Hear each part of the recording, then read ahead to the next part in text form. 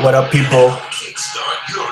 Thank you for joining us. HTR's version of Watching Wrestling with Friends. Little WWE TLC here. I'm getting, as always, we're going to kick things off by sending out some links so people can join us. And so bear with me for 1 second as I do that. I want to make sure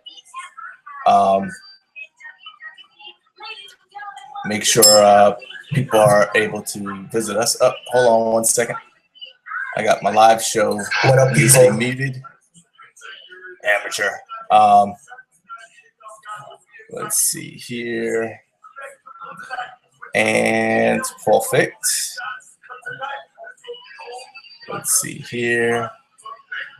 And now I just need to get the links here so people can join in. So I'm gonna do that real quick. But we got, the big main event: Seth Rollins versus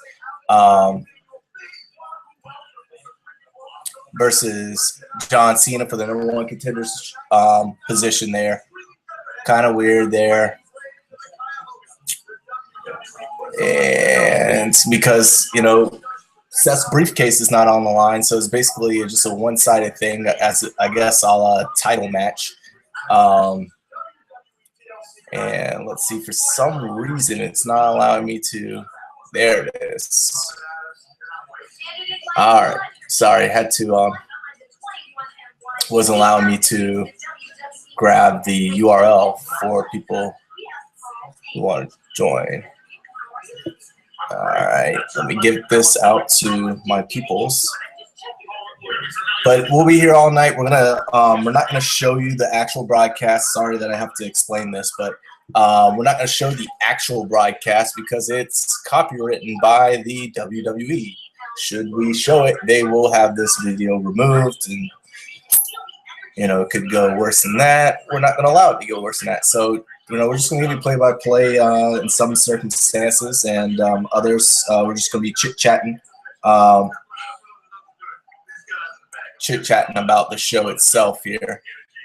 Let's see here. Just kick it out to John. All right.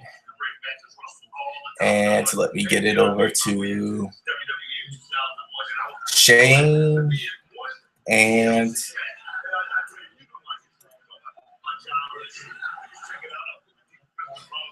Stokester. All right, so we got that out here. So I'm just waiting for those guys to come hang out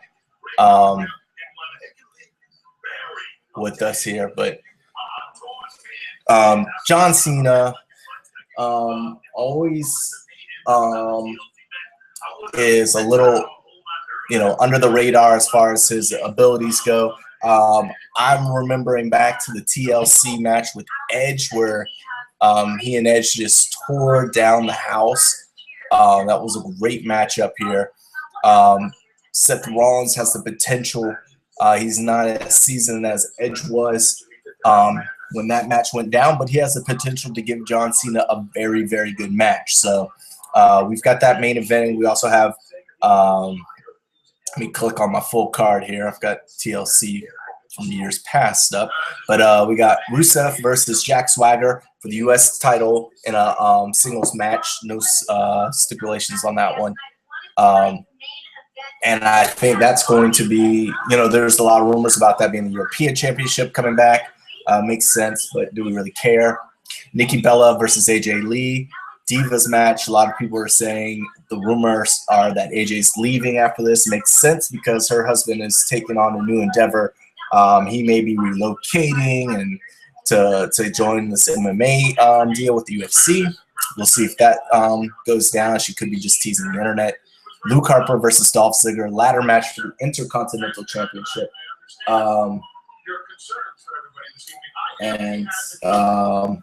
Pardon moi for one moment here as I kick things up.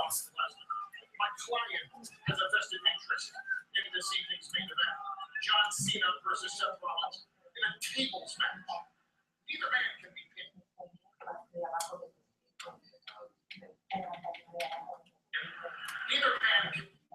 I just gotta make sure my TLC. All right. For some reason, I was all off the crazy chain of the start time here. So, but anyways, back to it. Luke Harper, Dolph Ziggler, ladder match, Intercontinental Championship.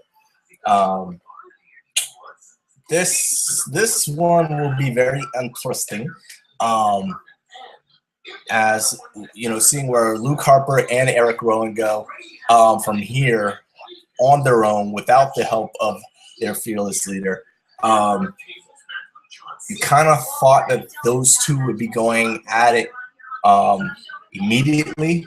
Probably a good thing that they're not, so they can go with some more seasoned guys to continue to grow, and then probably meeting up at maybe Royal Rumble. I don't know if they can stretch it out to Mania. May not be a need for them to stretch it out that long, but Royal Rumble certainly would be good. So they've split those two up for now. Let them battle it out, and then I'm sure their paths will cross. So Harper versus Ziggler for the IC strap, and then we got the first ever steel stairs match. Man, they're trying to. I mean, that's not a way to pump new life into a pay-per-view. Adding steel stairs, because theoretically, you get hit once by this thing, and it should be over, and that's not going to happen. Eric Rowan, of course, for those who don't know, will be taking on the Big Show in this bout, in this stairs bout. And at least to WWE's credit, they've built it up a little bit. They've, if you go to WWE.com, they give you the tail of the tape of how heavy these the stairs are. The top half, because it splits off into two, is around 88 pounds, and the bottom's like 160, 180 there, so over well over 200 pounds combined. So I guess they're going to they've set that picture there in case Big Show or maybe even Eric Rowan picks up both of those steps. Give you a little bit of better appreciation of how heavy those things are. You really don't know. If you've got the WWE Network, that's where you can find this TLC pay-per-view or your local subscribers. Again, we won't show the actual footage of the pay-per-view, so please don't be lame and give us a thumbs down because of that. But we will try and describe it as best as possible, let you know what's going on, keep you interested. Right now, they are doing the pre-show stuff with Booker T, Paul Heyman, I think it was Alex Riley at the desk. And looks like we're going to get some Ziggler questions here. You can ask Ziggler, hashtag Ask Ziggler, to get a little insight onto whatever questions you may have. So that's pretty cool that they're doing that. They're way into their social media now, so they're really trying to promote it any way possible. And they put one of the most fan-friendly guys on there, so hopefully that will drive the traffic. A little Mountain Lightning in my cup. And no, that's not code for anything. It's Mountain Lightning. Walmart, 89 cents. Christian, God no. I saw Chair's match, and for some reason Christian jumped out of my mouth. But no, not quite as exciting. We're going to get Ryback, the guy who's been on the heavy criticism of one CM Punk, taking on Kane in the Chairs match. Kane is,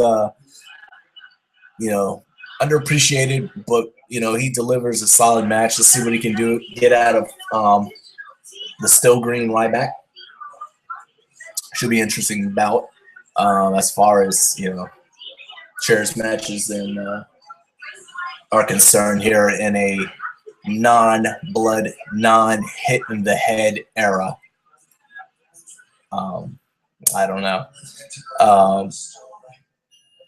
Also, we've got Dean Ambrose versus Bray Wyatt. This has got to be the scene stealer. As I say that, we've got on the preview show right now, talking about this TLC match. This is the match that the pay-per-view is named after. Tables, ladders, and chairs. These two are crazy, deranged individuals. So it's just going to be, they're both really good on the mic. We've got a high ceiling for this bout. Could be a match of the year candidate, I think. And then finally we have the match that has already taken place, which is probably one of the most predictable matches on this card. The New Day, which ended up being Big E and Kofi Kingston. They already defeated Goldust and Stardust, where so sad for obviously you got to get the new talent up so we get some more tag teams in the mix, but the way that that Gold and Stardust have kind of just fallen out of grace stinks,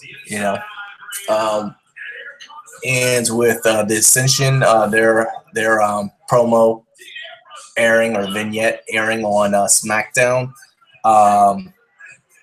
it doesn't seem like they're going to get too many wins here anytime soon. So maybe this will all lead up to Goldust's dream of facing Cody at WrestleMania. It doesn't have to be one guy turns on another. It could be just, one upsmanship.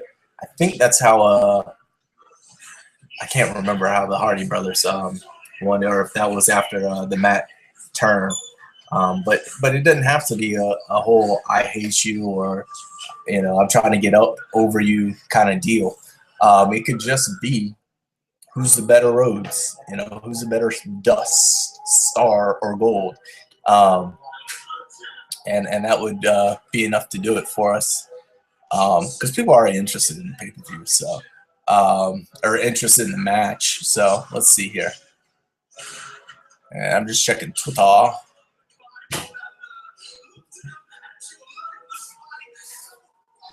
right, just taking a look at the Twitter. You can follow us at Hit the Ropes, and on Twitter there. And then Google Plus, you may already be finding us here, or you may be finding us on YouTube here.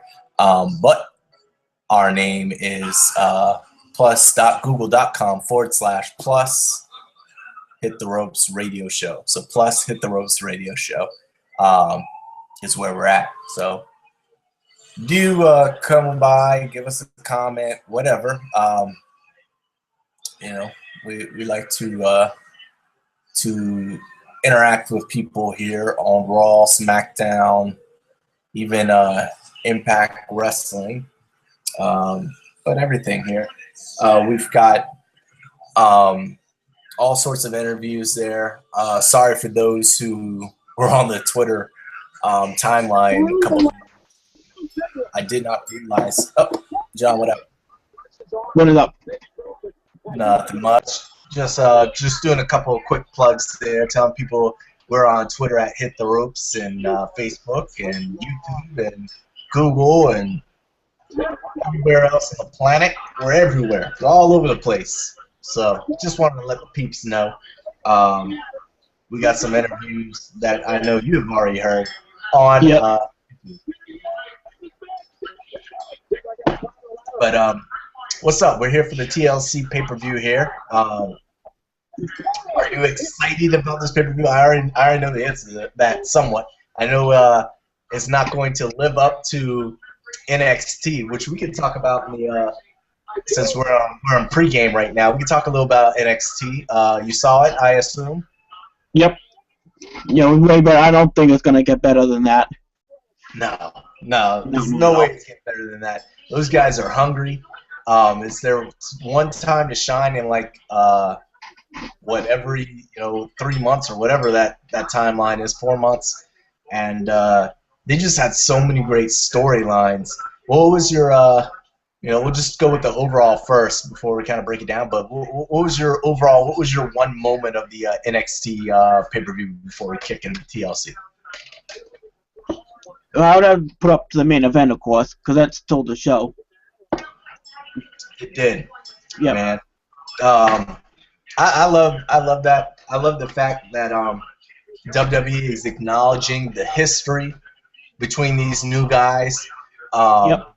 Because so many times they don't even acknowledge the history between wrestlers in their own promotion. A lot of times you wouldn't get that. Cena has fought this guy in the past before, or Triple H and Mick Foley have been battling for years. They usually they kind of ignore it and just live in the moment. But they're talking about Kevin Owens and his friendship with Sami Zayn, and Yep.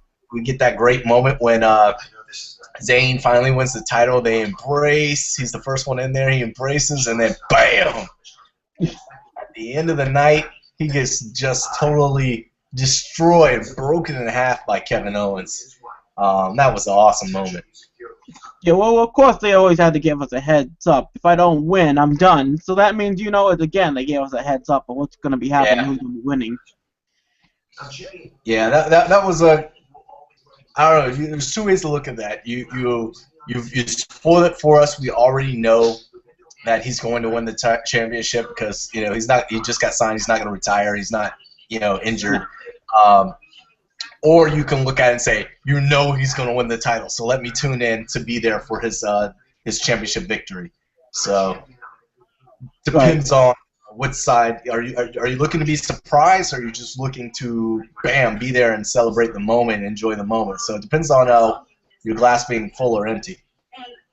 Right. The only thing I saw entertaining too was like the main event, and of course the one between Charlotte and Sasha Banks. Like I wasn't hoping for Sasha to get a push for that one, but after what we saw on Raw with the debut of Charlotte, everyone's complaining about like why she made her debut and then lose to Natty.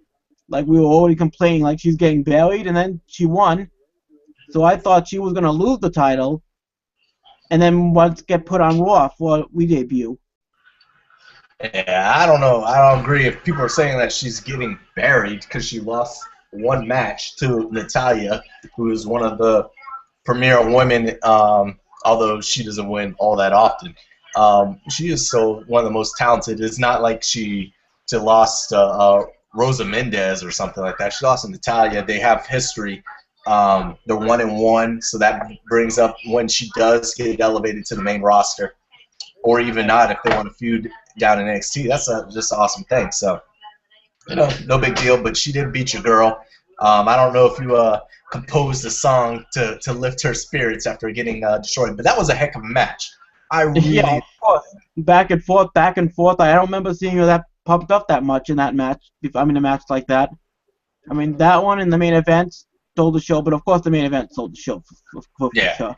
Yeah, they were both great, and I like that whole NXT card. I knew from the jump that was going to be the big deal. We knew that was going to be.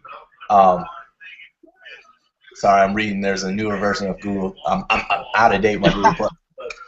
And it keeps beeping in at me. But we knew that this was going to be an awesome card. So I'm just happy that it lived up to the hype, because everybody's ready and quick to be down on WWE when they screw up. So I got to give them props when they do right. And just an awesome pay-per-view for NXT, if you want to call it that. And we got TLC coming up here in, 40 minutes almost? Oh, 40 minutes? It's already started now. Oh, crap. Do I need to refresh my TLC on my box? Where are we at? We're at the opening for the Intercontinental title for the ladder match. All right. Bear with me, John. My Xbox run behind. Oh, damn it. Let's see. That almost stretches across the entire ring. He's able to just shove off. Almost got sight with that one. Hartman's done a great job neutralizing Dolph there. And this could be it. This could be it for Dolph Ziggler.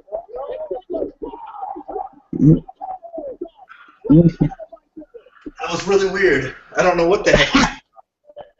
All right, sorry. I heard you saying during, and I said we're just making our predictions right now when I didn't hear anything going on in the background in there. Yeah, it's been going on for 20 minutes here. It's probably Greatest thing ever. So sorry for those, but it's chaos in the ring with all these ladders here. I don't know. Well, I don't know if Dalt's gonna get it. I've seen him right up there. I know he was like 10 minutes behind, 10 seconds behind. They can't just give it back to him just like that, man. It can't happen. Oh, what is interesting right now that I'm seeing, and I believe I'm seeing blood. I don't want to see a ref come there with a towel, though. Yeah. Oh, now they let a lot of blood go on the with Kevin Steen when he got busted open, broke his nose or whatever that was on NXT. So. Oh, don't say that. I didn't appreciate that. You know that's all good.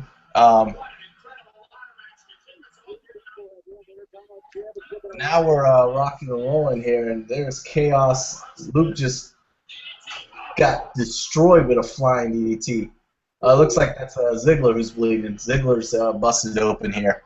Yep. Nice and early. Man.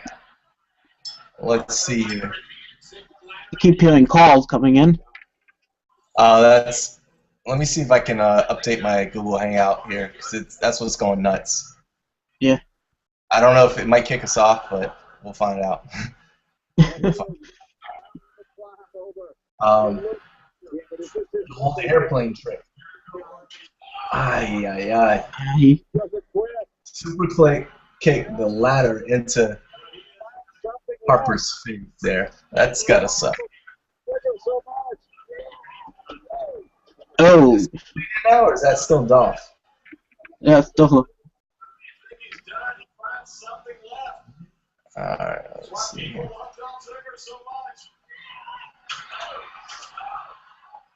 Oh, laid out.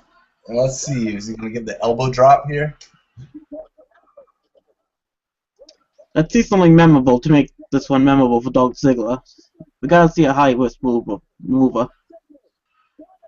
I don't know. I think something has got him. Going up now. Nope. I think you're ahead of me again. All right, I need to. Yeah, I don't understand that. And you're always that clicking. I cannot stop. Oh, just toss. He just got tossed off the ladder. Now I'm on mine.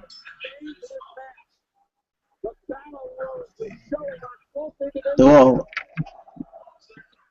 Both men are dead. Oh, my God. I am seeing quite a match right now with no Hulks coming in for the blood. As I don't know who got busted open first. If it was Luke, Dolph was Luke. I know Dolph got busted by the nose or somewhere.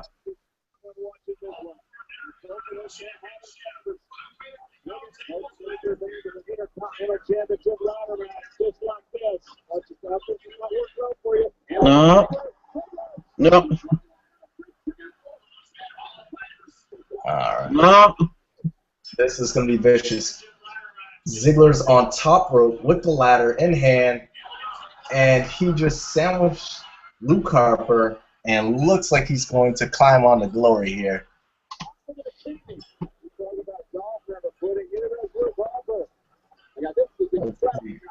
He's about 4 steps away here. Yep.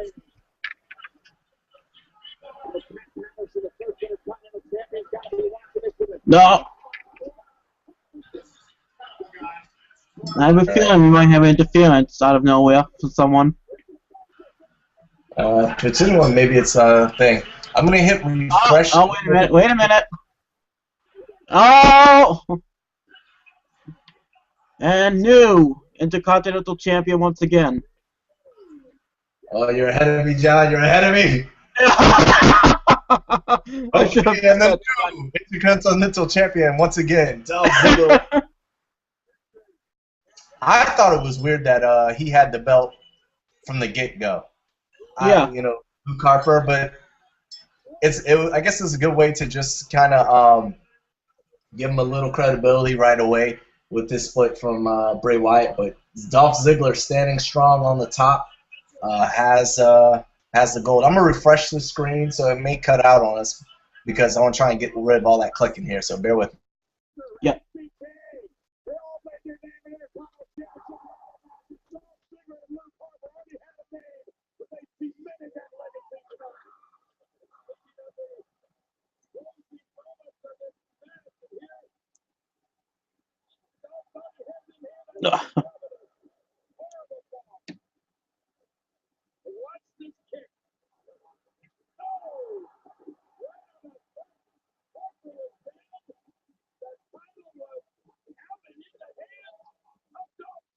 And the celebration in his hometown of Cleveland. What an absolute stellar performance. And the emotional celebration for Dolph Ziggler. Guys, I mentioned it when we started the match here tonight on the WWE TLC and Chairs kickoff show an hour before this event here tonight. Dolph Ziggler answered questions from WWE fans via Twitter. One fan asked him what he was going to do to recapture his Intercontinental Championship here tonight. And Dolph Ziggler said, in our interview with Tom Phillips, and he simply said one thing. In order to capture my Intercontinental Championship tonight, I am going to have my best damn match ever. And he did. You always wonder when a performer becomes that guy. I think we saw that tonight, Dolph Ziggler. That was incredible. And how sweet for Dolph Ziggler to do it in his hometown of Cleveland tonight. You heard the population of Cleveland chanting, "This is awesome," and it was. And you know, John, you can't take anything away from Luke Harper. What an incredible performance by the former champion. We've seen some classic ladder matches for the Intercontinental Championship. This ranks right up there with all of them. No. Incredible to watch. And people have talked over the years about the Intercontinental Championship really being that title that makes the next big stars here in WWE. All right, John. Welcome back. Thank you. I had to update that Google Plus because that clicking was just driving me bonkers here. Let's see here. I'm getting alerts that from the WWE that Ziggler has won the title, which is not breaking news for us because we have been watching it all along. Now I got to get my links all back together, man. It all messed me up here. But so far the New Day. Did you catch the New Day? Their win over Golden Stardust. I didn't catch that one. No. Me either. I missed it, and it was very predictable. So I'm not wanting to see a new nation get up to a push. What? I'm not wanting to see a new nation get pushed like we're seeing with the new group between Big E. They're not the new nation. Cut it out. They ain't got no similarities to the new nation. Let me see here. I'm just plugging everything together, but those are just three guys that I want to get over. So I'm just hoping, I'm hoping some big things happen here for them. Do you think AJ Lee? Oh nope, we got the Usos. I thought it was going to be the women's bout. They got their slammies in hand as they get their dance on. Are you a fan of the Usos? They went on they felt like squash matches when we first were talking about them on the show. Like, they've been going on me ever since. I think they've not been so bad ever since the year's been going on, since they held the titles. I think they've been getting good since they won the Slammies, of course. Yeah, I'm a big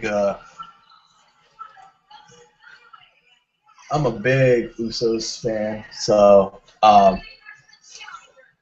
and this will be interesting for the title.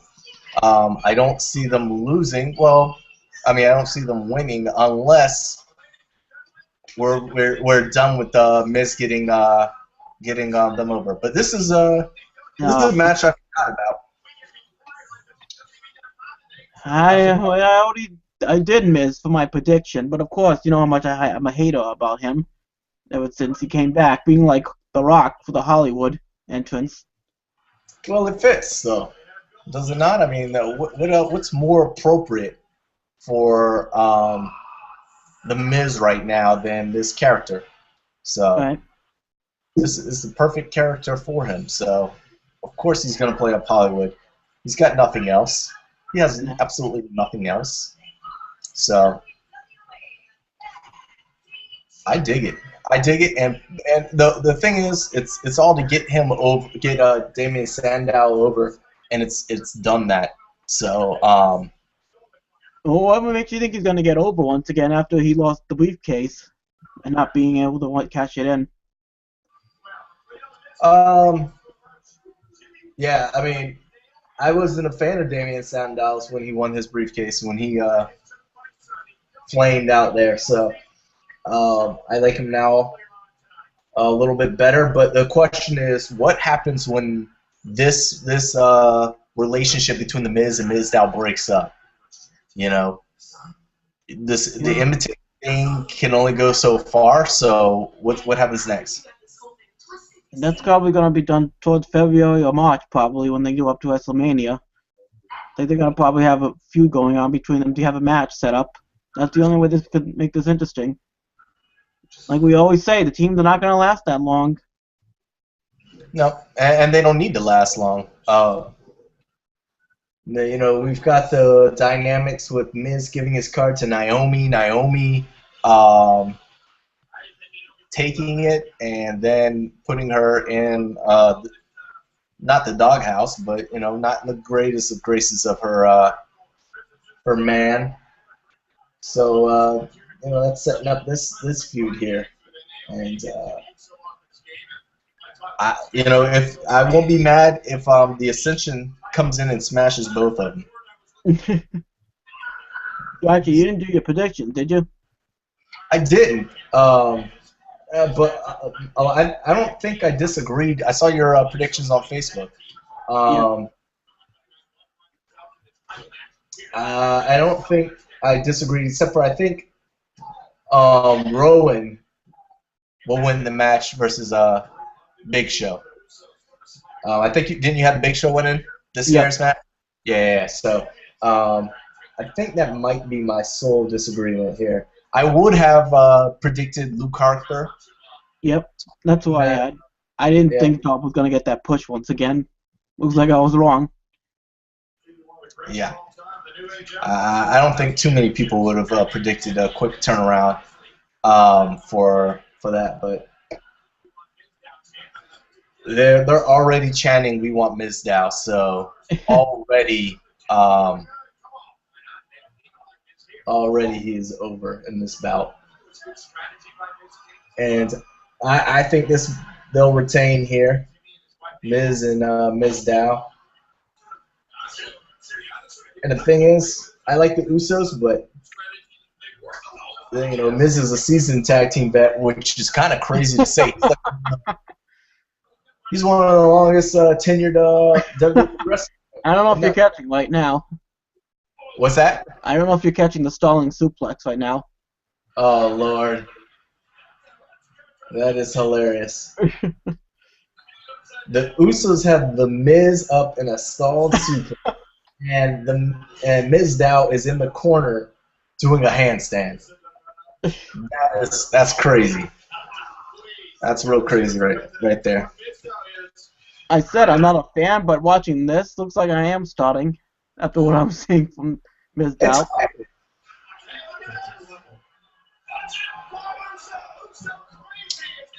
And Uso diving splash. Man, how are we on? Like sometimes you get feeds depending on what part of the country you're on. You're in the Northeast. I'm in the South. And sometimes those are a little delayed, time delayed. But I know. WWE Network. How in the world are you so far ahead of me all the time? I know. Why is that? Nah. Technology is I guess you know what will happen when we do the Royal Rumble if that happens. Oh, that would be horrible, the Royal Rumble. You're going to see, like, eliminations, and I'm just going to be like, okay, they're making their way to the ring. Okay, I know who comes out next, because I heard the reaction. Yeah, I will have to kill you in the when we do this for the Royal Rumble. The question is actually that I didn't mention. Like, remember when these people lose their belts, they get brought down and not being like the ones we remember seeing when they were champions. So what do you think about the Usos if they're gonna be lasting long as a team between the battle with Naomi?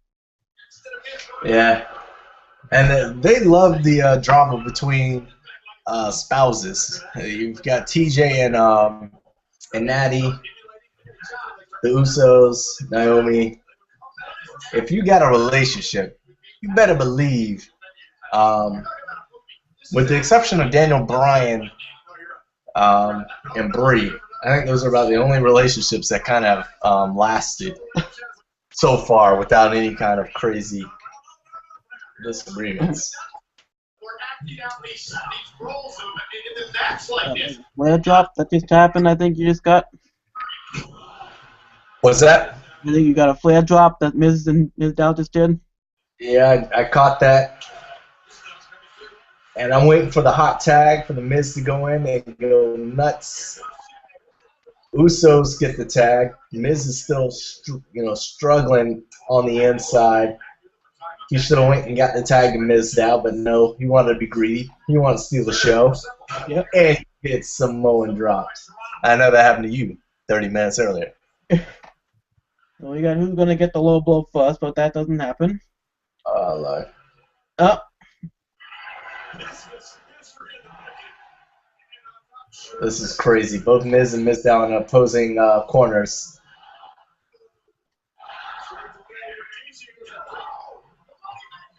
And then the money maker to Miz, and Miz Dow rolls out. Big boot from the Miz for the third. No. Only a 2. Ready to go? Go up. What? Nope. No, we almost had a 3 count right there. Oh, thanks. Thanks. You said what?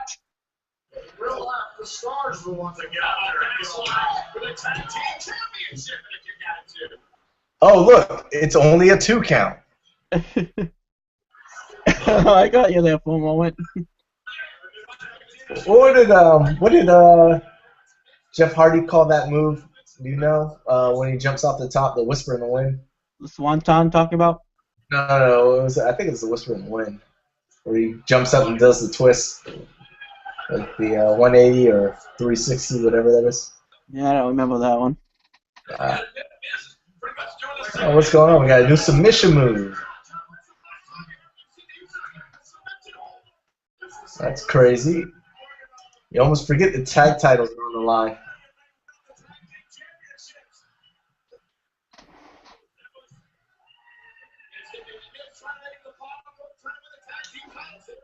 I think the Miz is going to submit.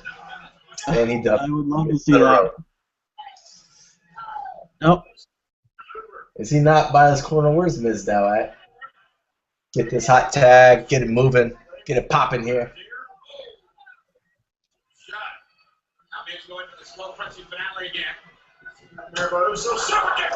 Super.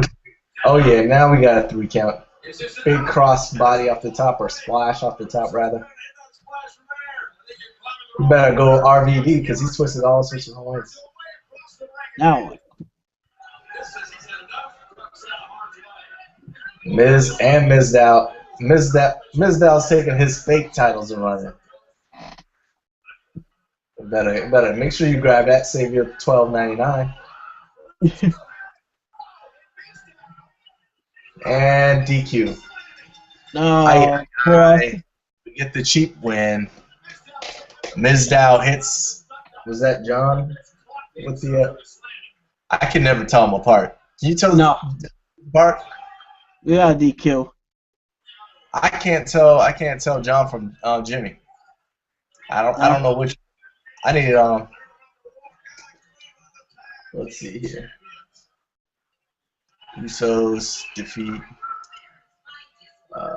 Miz and Miz Dow. Just updating the YouTube.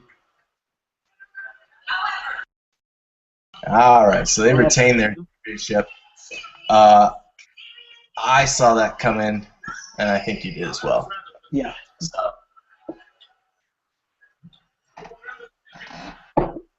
And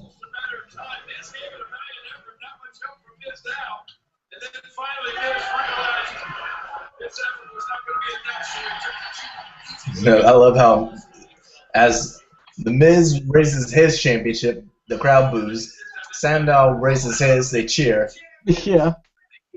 Alternating for boos and cheers, but Mizdow raises his hand and they cheer, and he looks around like, "What's going on? Why are you cheering me?"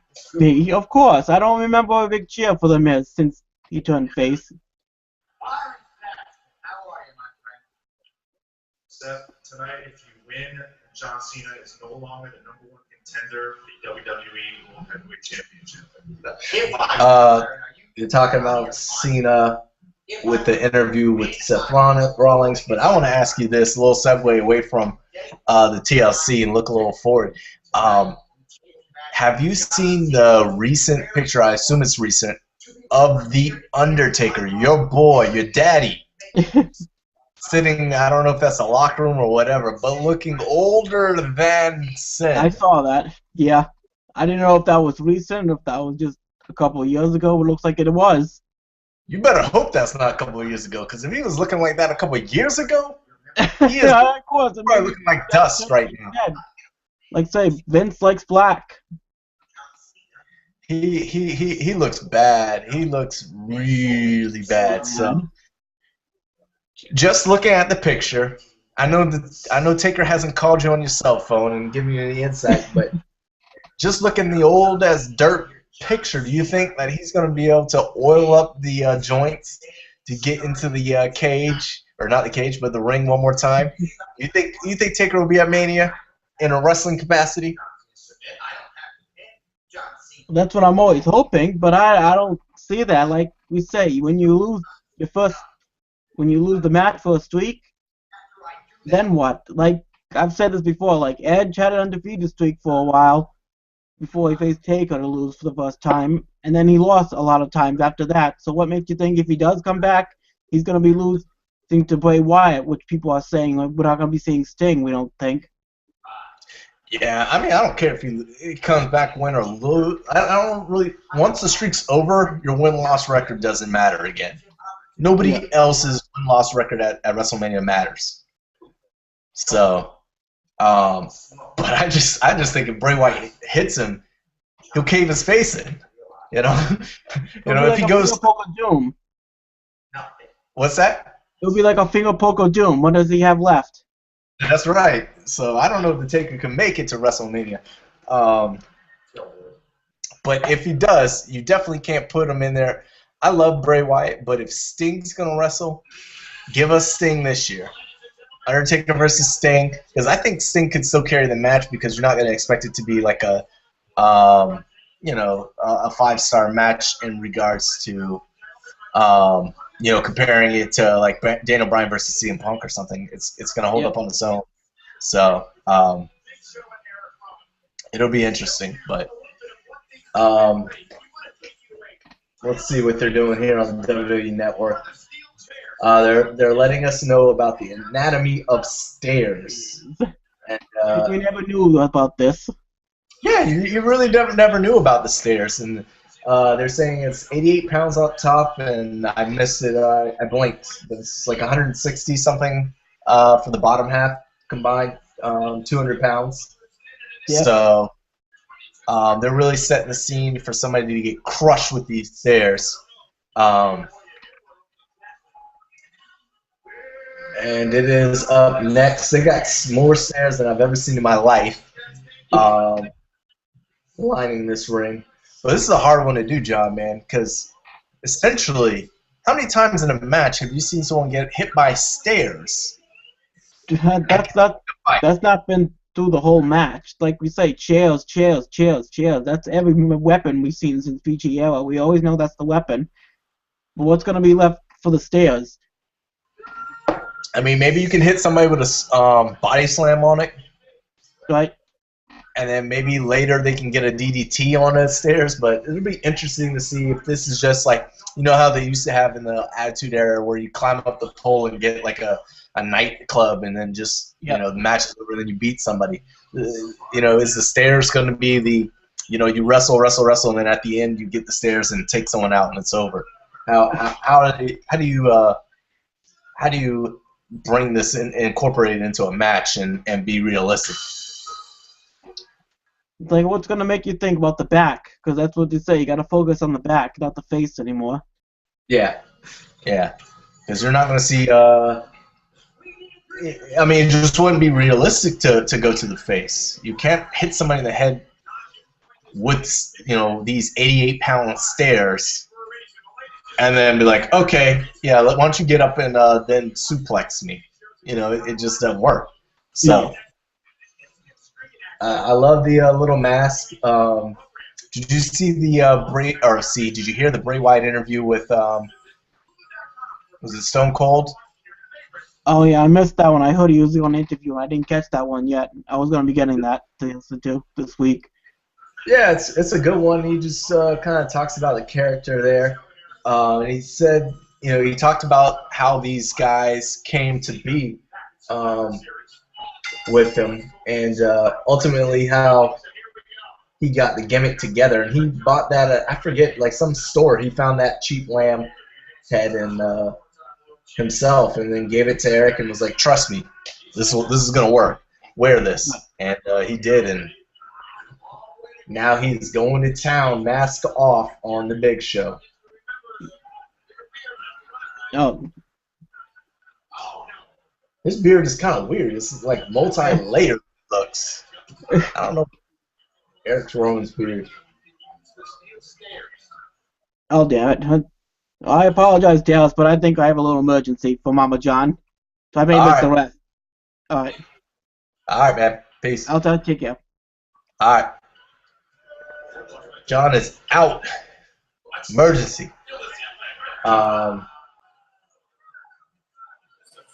We got Big Show and we got Eric Rowan. They're going to town versus one another. And our first interaction with the stairs, Big Show gets Irish whipped into the stairs from the outside, and all 200-plus pounds of the stairs go toppling over, and Eric Rowan is in a bad spot here. Ow! Big Show grabs him by the beard, just yanks him up by his beard and tosses him into the ring. Now he's fishing for stairs here. He's going to get the steel steps. He's getting the 88-pounder.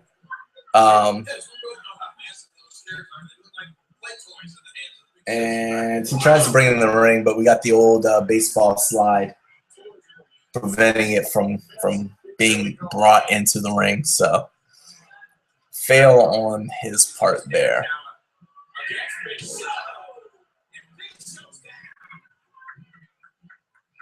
All right, let's see here.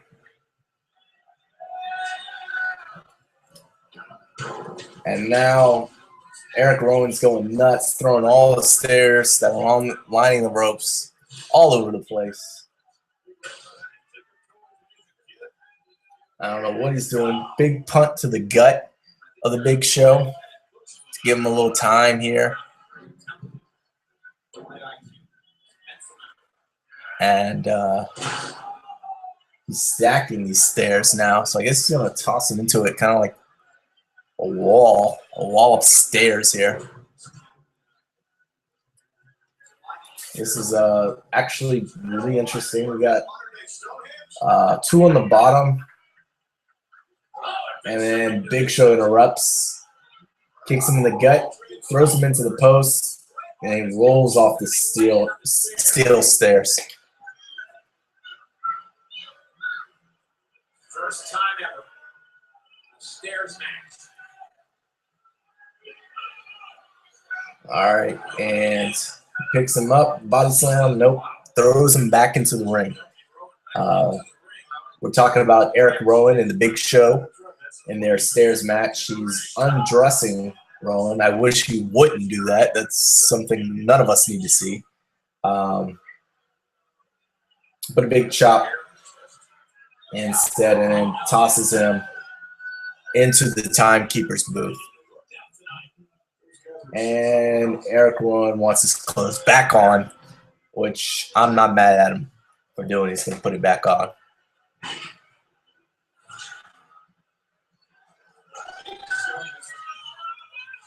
Now Big Show's getting his set of steps, and I guess he's going to do his own. He's going to put it on the table. And nope. He's interrupted by Rowan. Rowan's going to get whipped into the other set of stairs now.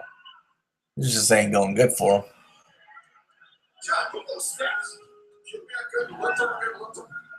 All right, give me 1 second. I'm going to grab some refreshments.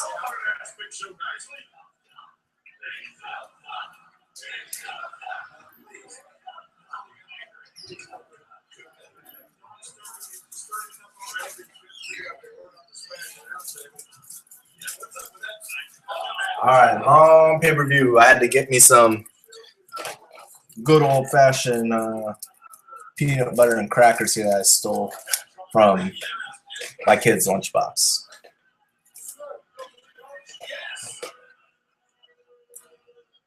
Okay, Big Show. Second thoughts about the stairs on the table. He's going to throw them in the ring instead. Now we've got about 4 stairs thrown into the ring here.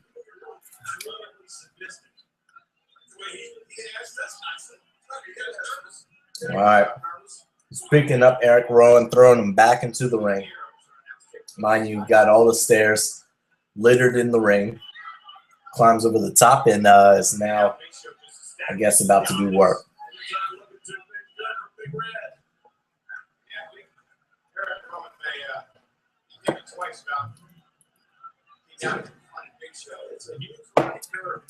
All right. Big Show. Ooh, picks up a steel step and drives it into the back of Eric Rowan. And now wedging it in like you would see with the steel chair in between the top and second ropes. A lot of blood in TLC today. I think Luke's arm was cut, Dolph's forehead was cut, and now the knuckles of Eric Rowan are cut. So this is a little surprising. We haven't seen anybody stop to wipe it off or anything like that. So, and he just tosses Eric Rowan to the stairs that are wedged between the ropes. He's still alive somehow. He's going to do it again. See, I don't understand how this bout could still go on after getting your head driven into the steel steps. Clothesline by Show after ramming Eric Rowan's head into these steel steps, wedged in between the 2 ropes. This is ridiculous. You got to suspend the disbelief here.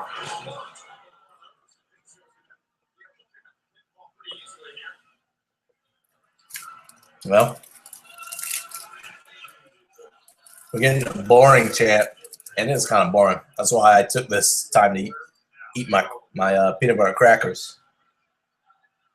Maybe he's gonna choke slam, super choke slam off the top rope onto the steel steps. Nope, Eric Rowan's not having it, fighting back.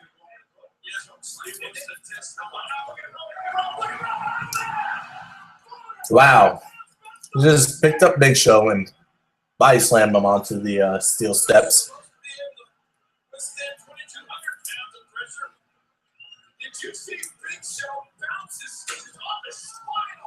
And let's see what he's going to do here. We got a figure of the force of a small step and a big step, so I'm sure that's going to play a part here. 288 pounds of pressure. It looks like he's about to. He's going to go off the top rope. Eric Rowan has steps in hand. Big Show laid out on steps. And it looks like he's going to jump and drive these steps into the Big Show, which would end him. Nope, Big Show moved his big behind out of the way, and the vibration of the metal has tossed Eric Rowan to the outside. Or maybe his head supposedly bounced off. I don't know. It's hard to tell when you see no blood.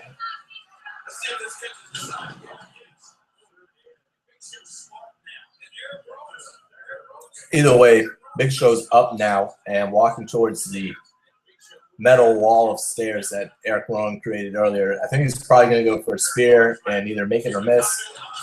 Yes, he speared him through the metal steps. That was kind of ridiculous looking. Broke him in half. And it shouldn't be the end. It should be a wrap right now. Let's see. Big Show is kind of under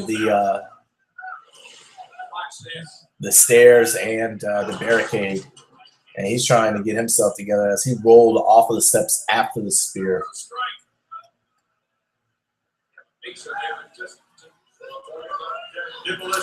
And my kid is up. Yes.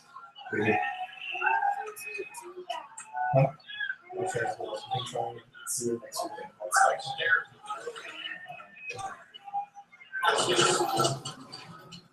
All right, I'm back. Hi, kids. Interruption. But Big Show is rolling Eric Rowan into the ring now. Going to put us all out of the misery of this match. Just picking up a steel steps here. And no, big boot from Rowan into the steps, into Big Show's face.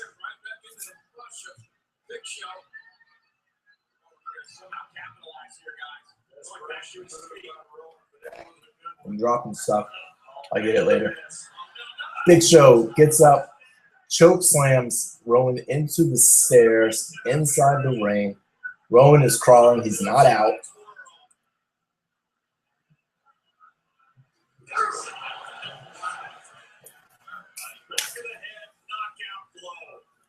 Big Show just punched him to the back of the head, and he's out.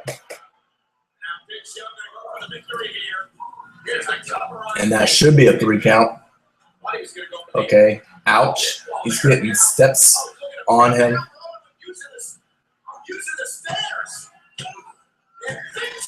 And he just puts it over him, pins him, and it's a wrap.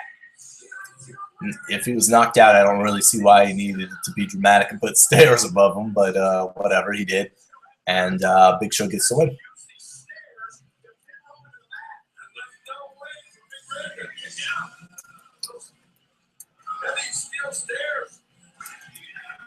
All right. You can follow us on Twitter at Hit the Ropes there. We'd like to communicate with all. So hit us up there. Let us know what's going on. Would you? Talk about your stuff, whether you have shows or sites or whatever. We'd love to interact, but I am not disappointed that that match is over here. It was a wait. Now Eric Rowan is getting up. I just don't get this. He's got choke slammed onto a steel steps, punched in the back of the head where you were supposedly knocked out, and now you're getting back up just seconds later. It just takes the imagination out of it, and that this was just a big vicious match. I don't know. You get in a car accident, you're not going to get back up and walk around, after it if it was one that you flipped and rolled 5 times and you weren't wearing your seatbelt. But that is what it is. All right, advertising the new WWE Divas, and I guess the big thing out of that is Naomi's no longer in it, and it was not her choice, which is unfortunate. There's a diva or two that I would rather not see in it and would have taken Naomi. Cameron, all she's got is girl by, and that's, no longer interesting, never really was. And Eva Marie, whatever the frick her name is, she could go too. But that is what it is, and TLC PPV continues here. We've got Rusev versus Swagger for the U.S. strap. We've got Cena Rollins. We've got let's see here. Sorry, I'm getting a lot of notifications going. Ambrose versus Wyatt, TLC, Ryback versus Kane in chairs match. I think we're going to get Nikki Bella and AJ Lee next. And then finish off with Cena versus Rollins. So,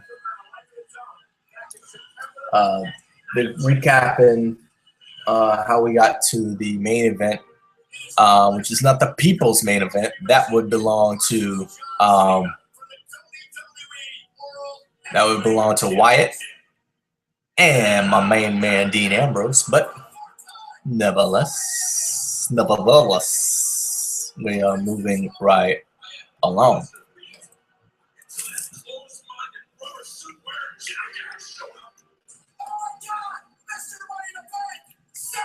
Man, I would like to know who's writing NXT. I guess it's not too hard to find out. I'm sure it's out there. But they're doing a heck of a job. I wonder if that's Triple H. I think he was ahead of that at least at one point. But if y'all could let me know, I'm on it at HTR, Mr. Wikipedia, so I can get some of that knowledge. That they're doing a great job in NXT. I don't know if it's just because all the characters are fresh, all the characters are new, whereas they don't really have any superstars outside of John Cena who have grabbed that brass ring. So the Raw and SmackDown shows aren't as fresh as NXT. I love NXT. But we'll see. I think 2015 will be a great year for the WWE. This year has kind of been up and down, a lot of downs. But we've had some breakthroughs, and a lot of it's been on NXT. So when those guys start moving up, when we get our Adrian Neville's coming up, maybe in a couple month or two after his feud is done with Sami Zayn, we'll be good to go. But, I mean, they're rehashing some dumb stuff on the Raw roster. We're seeing right now as they recap how we got the TLC. The anonymous Raw general manager. Why the frick is he still anonymous? It's been like 3 years. Who can't follow an email? I mean, can't be that hard to figure out. No little investigative reporter. Where's I mean, I know Leslie Nielsen. He passed. I'm sorry to hear that. A couple of years back. But we need somebody on the case. He was able to break down the double Undertaker case. He could have dropped the knowledge of how to do this to someone else. Where's his predecessor to help us find out where the heck is this Raw general manager hiding? I need to know this. This is the things I need to know. Is it all along the real Mick Foley on Twitter at real Mick Foley? Is this who our anonymous general? I need to find. Is it Mike Adamle? Is he the Raw general manager? I don't know. These things I need to solve. But until they're solved, questions like this is why I've got a problem with some of the storylines in the main level of WWE. There is no anonymous GM down in NXT. That man is William Regal. I like how they brought him out after Kevin Steen just powerbombed the boo-boo out of Sami Zayn onto that ring apron. And just was like, what the heck are you doing? What are you doing right now? Have you lost your mind? What are you doing? You just killed my new champion. But back to the TLC pay-per-view and no music. Doesn't need none. You know who he is. Paul Heyman. He's making his way to the ring. Let's see. And we know Seth Rollins has made a little threat.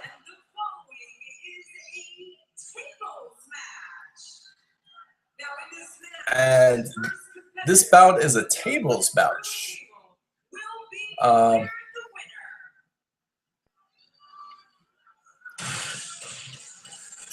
So this is not the main event. Wow. Okay. So the main event, I guess, is Ambrose's Wyatt, the TLC, the pay-per-views. For some reason, I'm thinking that this would go on last, but no. Of course, Paul Heyman's there because he has interest in the whether or not Cena will go on to still be #1 contender against his client Brock Lesnar. Brock Lesnar. So that'd be interesting. I wish they would have put the #1 contender on the line. Yeah, I know Seth Rollins has a free pass with the Money in the Bank, but that just gives him a shot at Brock Lesnar, where he could feel like, you know, he has nothing to lose. He can challenge Brock Lesnar, and if he loses the match, maybe somehow he can get a moment of clarity or a second wind and you know, kind of cheat, and after that, and you know, hit him with a steel chair or whatever he wants to do, and then cash in on his championship. So he'll basically essentially have 2 shots on one night against Brock Lesnar, something like that, something as simple as that. But that would just give this match more interest. Now we just have to worry about whether or not John Cena will be stopped, have his shot, have his shot back at Brock Lesnar, returned to him. Because if he loses here, this is what I think goes down. I think Seth Rollins wins. John Cena loses his #1 contender shot. And in order for him to get it back, because he really wants a shot at Brock Lesnar, he has to either A, empower the Raw GMs to get his shot back,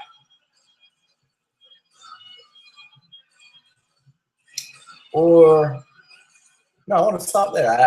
I'm not gonna go with my second theory to that. I think that's how it's gonna go down. I think he's going to lose this. He'll get a rematch thanks to re-empowering Triple H. So we'll see. He's making his way to the ring. He's saluting everybody, giving high five, throwing up gang signals and Wolfpack signals, all the things that he likes to do as he makes his way to the ring. But Paul Heyman is on the outside. He's looking in with some concern to see if John Cena is going to be the one to take on his client and challenge him for a title shot here. So I'm interested here. This is a tables match, so it's the first man to get put through the table loses. So we're not going to see 1,000 tables demolished in this bout.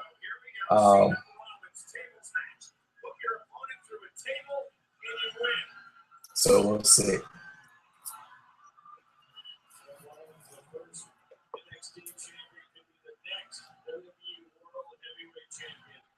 I wish the table would have already been set up.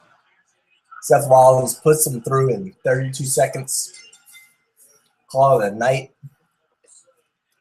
And then execute that brilliant plan that I just laid out. Follow us at Hit the Ropes on Twitter. +, Hit the Ropes Radio on Google Plus, and follow us here on YouTube.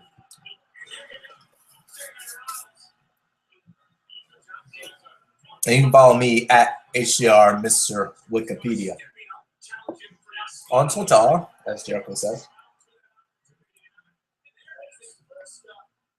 All right.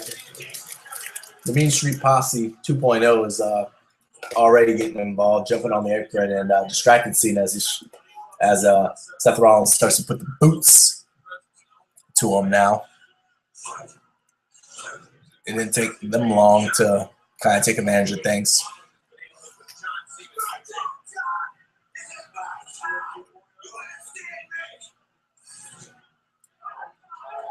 And Seth Rollins claiming it's his time.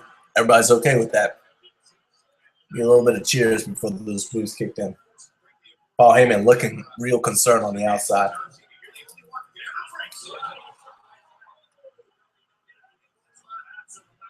Vicious clothesline by Cena, turns him inside out. And Cena had to shake that elbow off after delivering that clothesline. And Cena's taking this time to stare down the Mean Street Posse 2.0 while he whips out the first table of the night.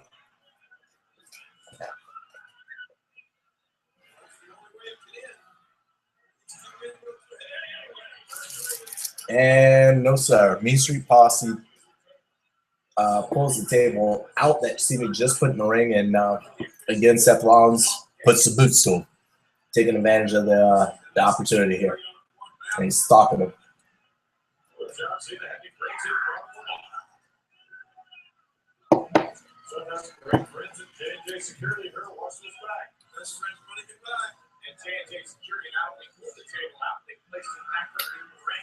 And now Seth Rollins is out getting the table. Why didn't he just have Mean Street Posse throw it back in? But if he did, then he would have got ambushed by Cena. So he just ran in and destroyed it and throws him back in the ring. And now he's going to put Cena's going to try and put the table back in the ring again. And Mean Street Posse, they're in the seesaw battle to get the table. 2-on-1. Super Cena shoves them off and gets his table in the ring. So now it's on and popping. But Seth Rollins, again, putting boots to Cena as he's distracted once again. It's been the narrative of this matchup. Turn Seth Rollins and just curb stop Brock Lesnar. He's about to cash in. He's about to be the WWE World Heavyweight Champion, and John Cena return the favor and stop Seth Rollins. And now Seth Rollins is placing this table on the very top rope. And then a roaring Cena chants.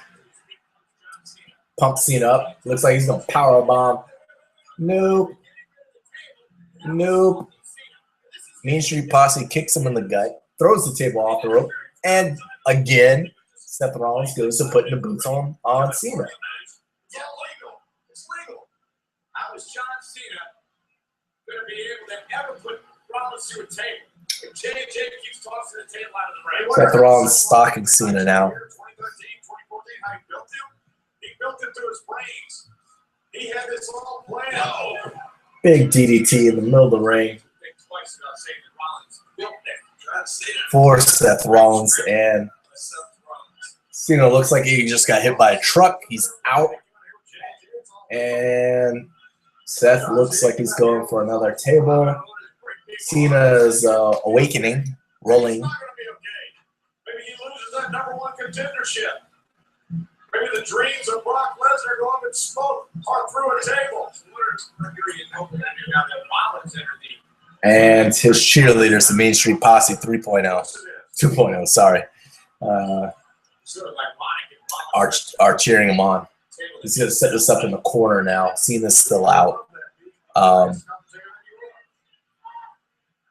And Seth Rollins taking his time. He's not in any kind of hurry. And the warring Cena chants have pumped up John Cena a little bit. He's gone to – nope, he's getting beat down again. And he's getting softened up. I'm really feeling Seth Rollins for the win. But the way he is just destroying him at every point and curve, my theory might be out the window. We might be seeing Cena versus Brock Lesnar at the Rumble. Headbutt. Elbow. Seth Rollins is now slowly, systematically taking out John Cena.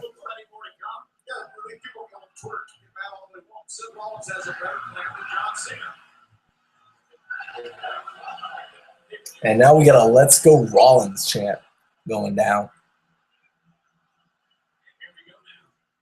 And Cena avoids the table, ducks under, hits the double shoulder blocks, Blue Thunder. Boom! And can you see him? Can you see him? Seth Rollins should have, 5-knuckle shuffle to your grill. And nope. Can't hit that FU, that attitude adjustment, because Mean Street Posse jump in and they're laying the beat down on my friend. They're just taking turns. Just taking turns destroying John Cena. John Cena needs a friend. Now, if John Cena would have came in and made the save to Dolph Ziggler any of those 32 times that he was left hanging, maybe he wouldn't be getting his butt stomped like this. But now maybe he doesn't need it because Cena was getting powerbombed, but he's now chased everyone out of the ring, destroying Noble. Oh, we can't do that. He's throwing people into ladders. This ain't a TLC match, brother. This is just a plain old tables match. You just being rude now. And now he's revealing guardrails. And he bringing guard. This is not a tables, ladder, and guardrail match, my friend. He's bringing guardrails. He's beating up the Mean Street Posse, throwing them in, and now he's hitting everybody. He's lifting the guardrail above his head, letting everybody know how big and strong he is, and just sets it down.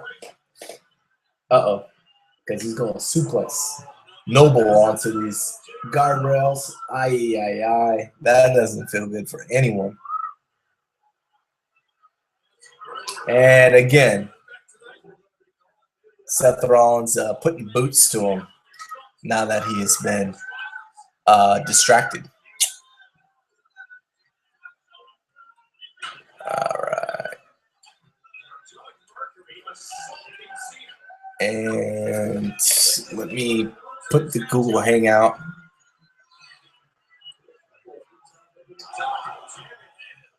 All right. Grabbing the Google Hangout here. And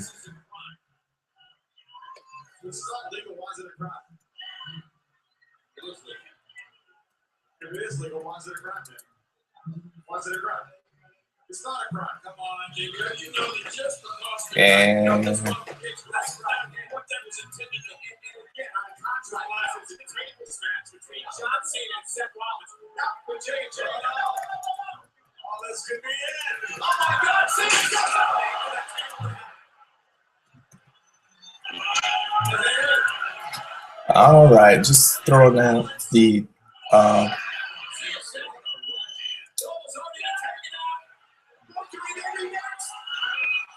and John Cena's destroying everybody as usual. And I just threw out the link for video chat if you want to join the video chat here. Sign back into Google Plus. I've been kicked out. And let's see here.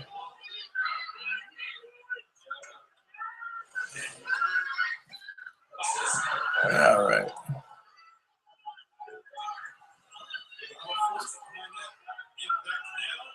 All right, backing on up.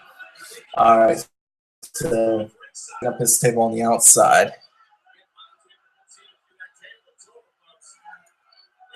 And there's quite a few Let's Go Rollins chants lighting up the building here.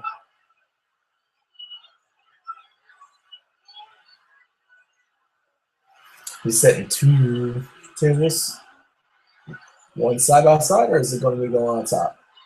Nope. To make it one wide table here, he's setting it up.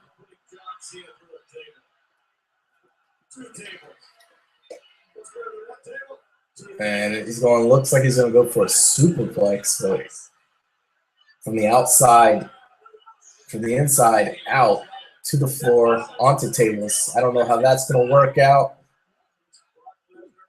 John Cena is fighting it off and superplexes him into the ring.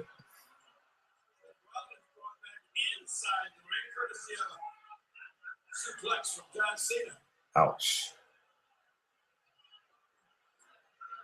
As he's standing right here in front of us. And both men are up now. We've got 2 tables on the outside, 1 table in the corner. And they're trading right hands. And Cena just picks him up like a piece of paper. Was going to throw him into the corner, reverse. And sliced bread by Rollins onto Cena, and he just looked admiring his work in the corner, trying to regain himself. Cena struggling to get up.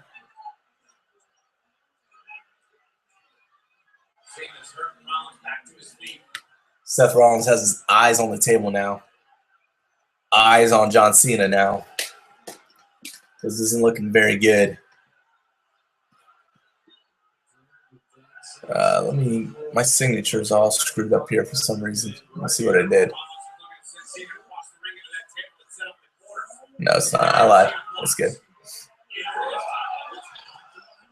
And he just got tossed over the top rope. No good.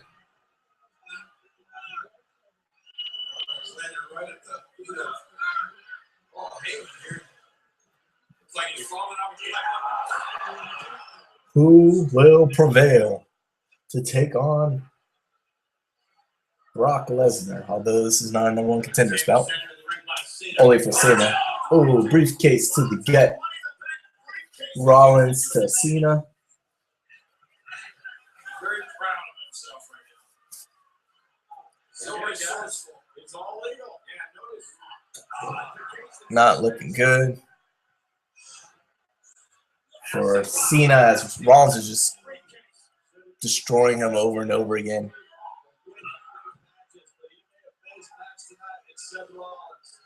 Over and over and over again. Let's see here.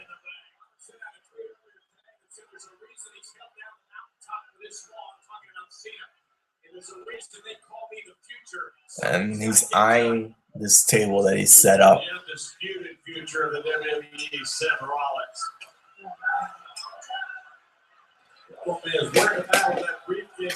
All right, let's see here.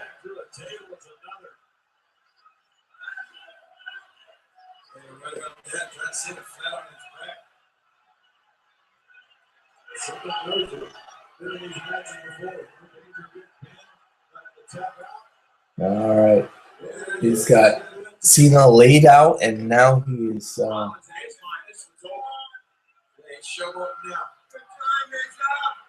telling John Cena that his time is up here,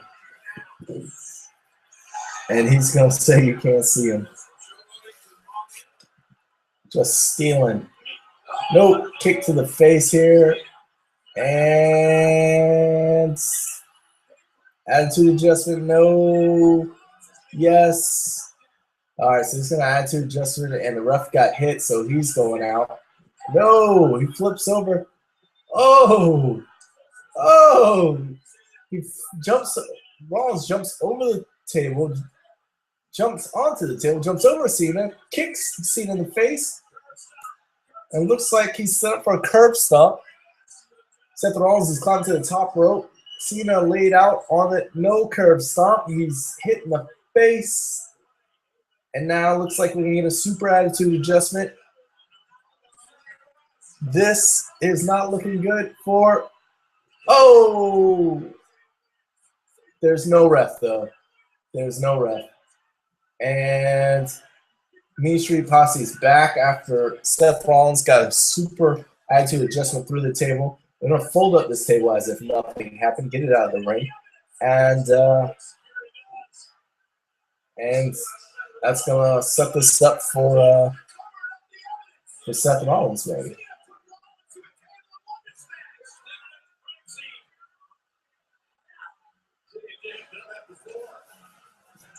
Both men are laid out.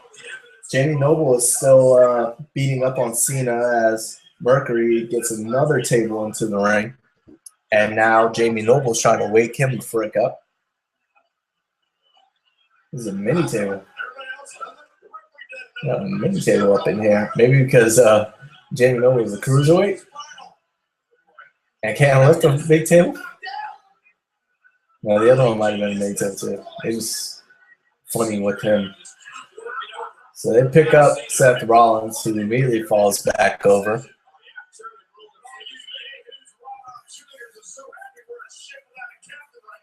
And now Seth Rollins is dictate what goes on. He tells them to lift him up. It looks like he's gonna powerball him, a la the Shield. 3-man powerbomb. The ref's still not up. Cena wakes up. He's gonna clear the ring, and now let's see. He's got double AA.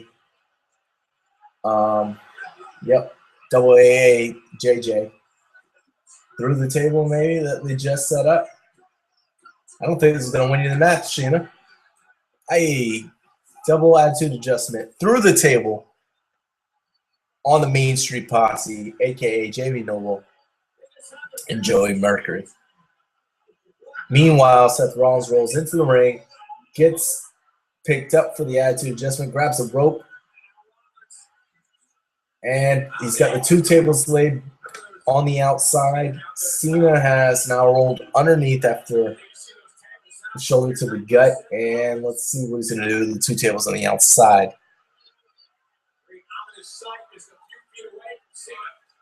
He's got him. I don't know what the heck he's trying to do. They're both fighting on the apron. And looks like Cena's hanging on to the ropes. Okay, that was weird. Okay, so they both grab each other as if they're collar elbow lockup kind of, or more like a tie clinch. And they both fall over onto the tables outside the ring, and the ref just, perfectly, the magic referee, how that goes in wrestling, gets up and calls for the bell. Crappy, and then you've got multiple refs out all of a sudden. Or the multiple refs were when we had the ref out for 30 minutes. None of the referees came in to intervene or pick up the refereeing duties. None of this. But now we have 2 extra referees in.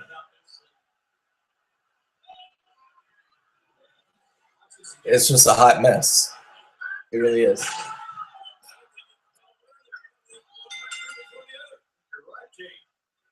So now they're debating as the replay show, time and time again, them going through.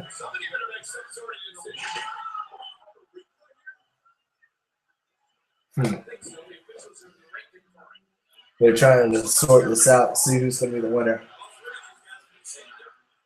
We get a big Cena chant. And one ref raises Cena's hand. Can we get someone to raise Rollins' hand? Yes. All right. Kind of predictable here. We got a 3rd referee. Now, the 2 referees raising hands were not involved. Head ref throws both their hands down. Neither of them are the winners. He's explaining to Lillian Garcia, we're going to restart it maybe. The referee cannot determine who went through the table first. Therefore, he is restarting the match has been restarted, which, if we didn't know, you'd see it in the first place. Why would you have stopped the match? So that kind of was retarded, but whatever. Awesome suicide dive through the middle rope onto Cena, who is laying down on the floor. So now Rollins is ticked that he didn't get the win. He's throwing all the monitors onto the floor and setting up for, does this table count? Does this table count? Because he just, attitude adjustment onto the table for Rollins, but it didn't break. He just bounced off. Now the question is that count as a table break? It's not your traditional fold-out table, but by definition, it is a table. How will it go? Either way, I guess that point is moot because it didn't break, and Cena is going for a new table from underneath the ring. About to bust this bad boy out.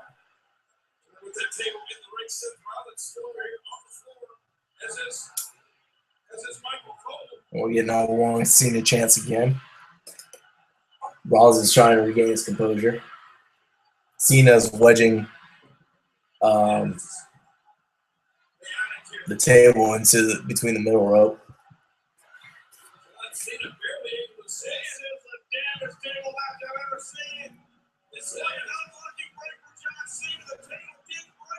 Big Show, who, if you guys remember at the pay-per-view prior, that kind of set this all to motion when he betrayed John Cena. He's making his way to the ring. Is he going to make amends? Is he going to make right what he did wrong before? He's going to throw the previous broken table. Nope, he's not going to make amends. Punch to the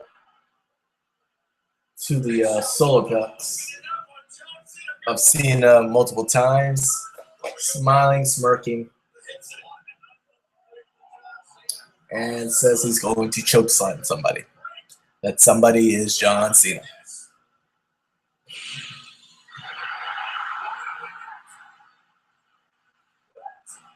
And Roman Reigns is back. Through the crowd.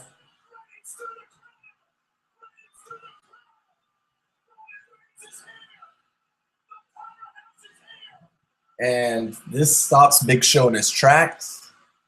And he is throwing leather with Big Show right now. Superman punch, and this dude's about to get speared through the waiting table, and yes, sir. Roman Reigns is back. Seth Rollins, Superman punched, attitude adjustment, and it is a wrap. John Cena gets the win. That was a ending we didn't see coming.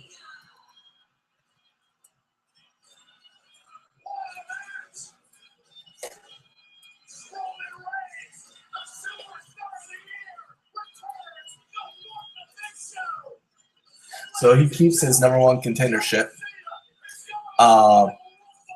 He's going to the Rumble, so I guess I didn't know that it was official. I just assumed it was that Rumble, but now it is definitely official, and he's going to fight Brock Lesnar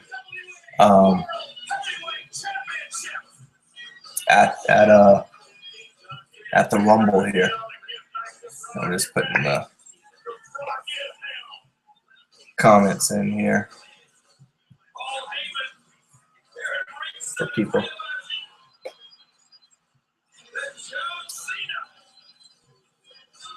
Nice.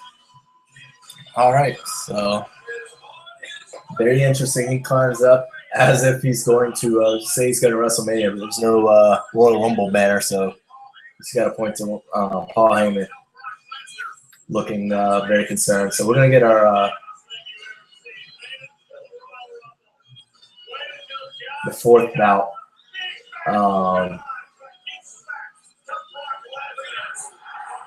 Between Cena and Lesnar here in recent times here.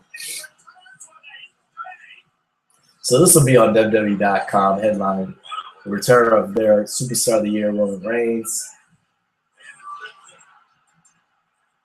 They're really trying to push Roman Reigns to be the next John Cena, the Cena of the.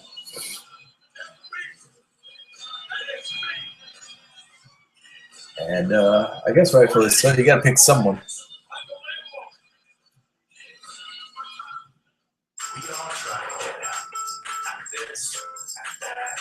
All right, so we're in a commercial break here. I'm going to take a second, refill my cup.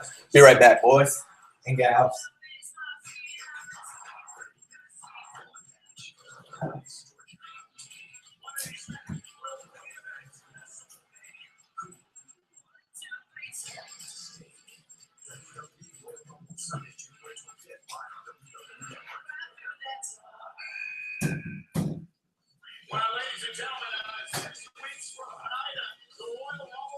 All right, they're letting us know it's only 6 weeks to the Royal Rumble, and that's when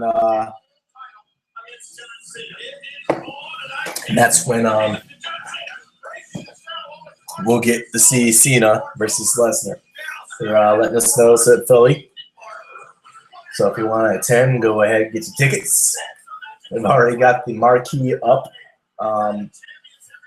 quick enough there. So that'd be interesting. I've been interested in both their latest matchups there. All three of their matches, actually, even the one they don't talk about the first match really. They don't really talk about that one. They kind of ignored that one in recent memory. They just want to talk about Brock destroying John Cena and then the back and forth battle that they had recently.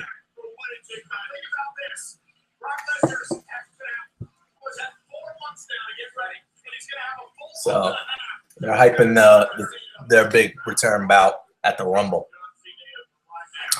Rightfully so. They're gonna need to. Let's see the internet community go nuts. And they're replaying the kickoff bout. The New Day got their win over the former tag team champions.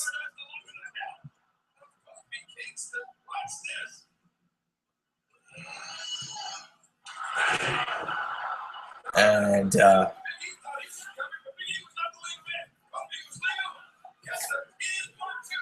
it shows a 1, 2, 3 for the New Day. They're giving them a little push here. We'll see what comes out of this group. I really think Xavier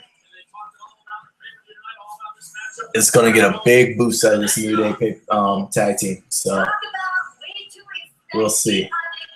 We got Renee Booker and Alex Riley to talk up the pay-per-view.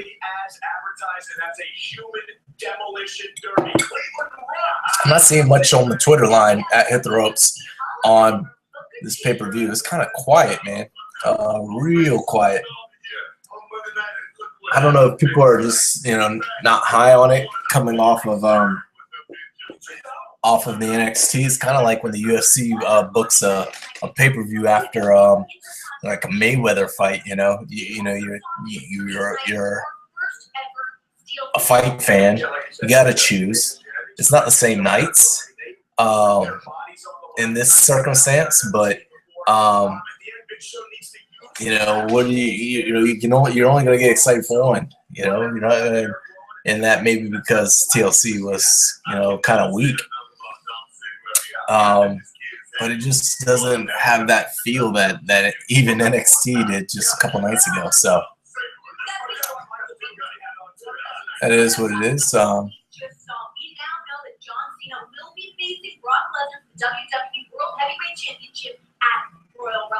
They're just hyping up the Royal Rumble here. So what we got left? We've got Ryback and Kane in the chairs match. We've got Nikki Bella with Brie Bella versus AJ Lee for the Divas Championship.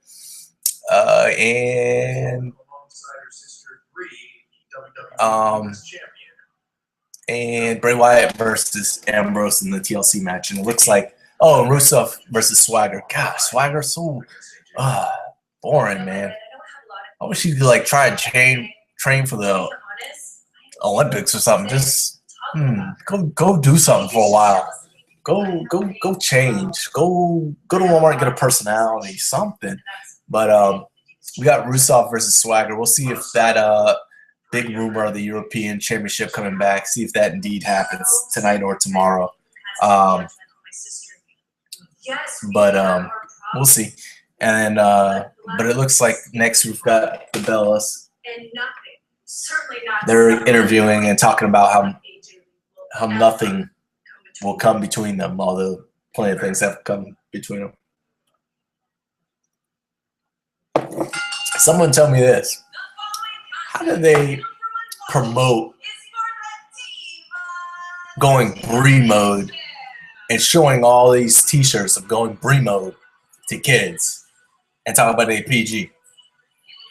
Now, I've caught episode 2, 3, 4, 22. Got a DVR. I'm not ashamed to say it. I've seen the Divas show, and Brie mode is always referenced for her going drunk and getting and wilding out. Yet Brie mode, as she puts on her t-shirt, is she wants all the kids to support this Brie mode. So I'm not really thinking that. I don't get that. What's up with that? Come on, WWE. Are we PG? Or are we going Brie mode? Because that's not the same thing. So that's my question. I'm just throwing it out there. Run with it, if you will. But the other question, AJ Lee's been teasing leaving.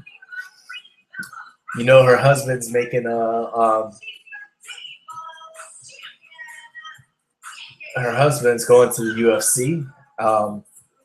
So let's see how that goes. Is she going to travel with him wherever he goes to go train? If he doesn't go to Rufus Sport, which is nearby his home. But will this be Brie's? Would this be Brie sending AJ Lee off? Is this AJ Lee's last bout for a bit?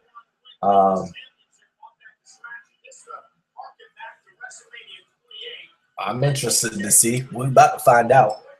Let's see if she gives him a good match, or if she rolls out like her name's Gail Kim and just pieces out this match.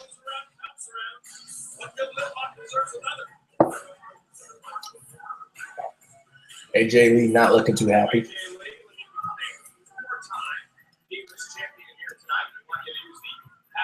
It's going to be very interesting. Very, very interesting.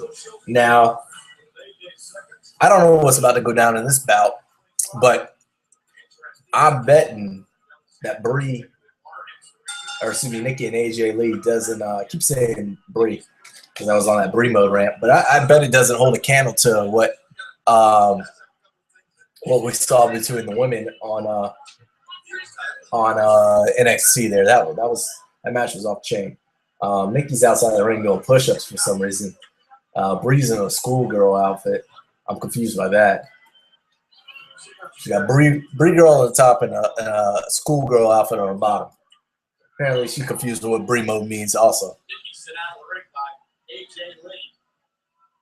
AJ is looking bonier than ever. I mean, no abs are showing, but she's looking bonier than ever. So, I have to ask her to eat a deep dish pizza while she's if she goes on her hiatus.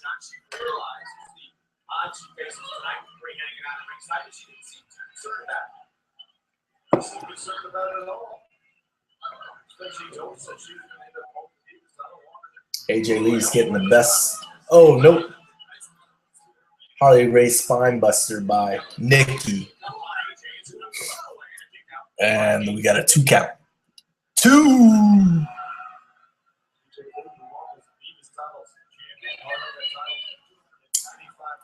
Nikki is going on the offense with the rib breaker. 2 count.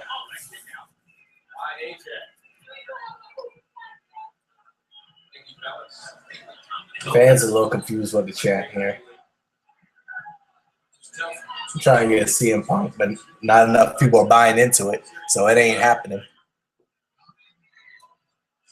But Nikki's stomping a mud hole right now into AJ Lee and trying to push her into the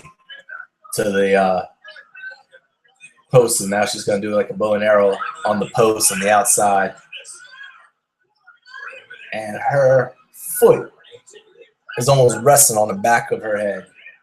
AJ Lee's been bit in half.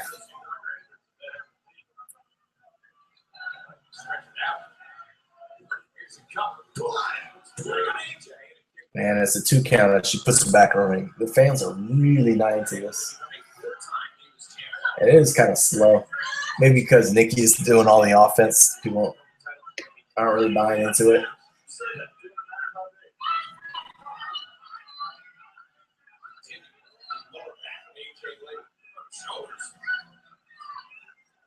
And no mat grappling here. AJ's trying to show her strength here, reversing. And no, Nikki drives the knee to her back, tells her to sit down.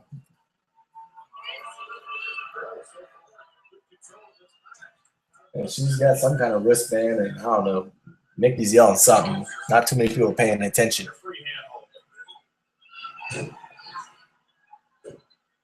And breaking her in half. And it's a 2 count. Bree's on the outside yelling for Nikki to come on. Meanwhile, she's no offense whatsoever by AJ Lee at this point. Nikki's got her on the ground, driving a knee into her back. Bree in her Bremo schoolgirl outfit.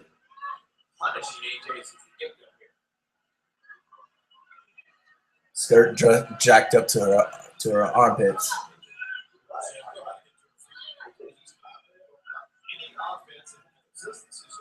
And we got nothing going on. And then all of a sudden, AJ Lee pops up, trying to choke her out now.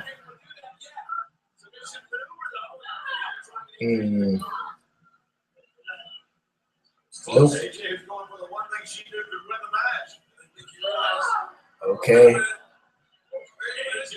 Slowest sunset flip you have ever seen by AJ Lee in the history of sunset flips. Double clothesline though. I wish somebody would just roll over and place the hand over for the 1, 2, 3. Let's call this one a match.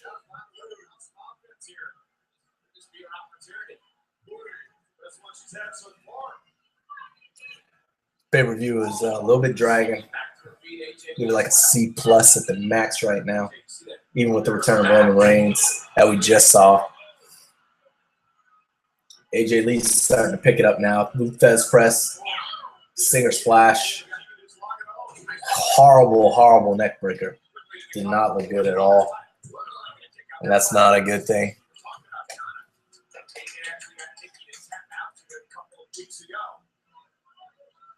Irish whip into the corner by Bree. Double knee by AJ. Tornado DDT. Yes. 1, 2. No.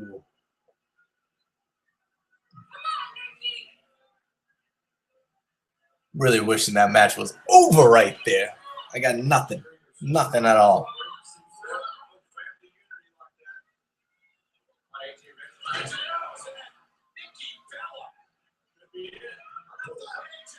All right.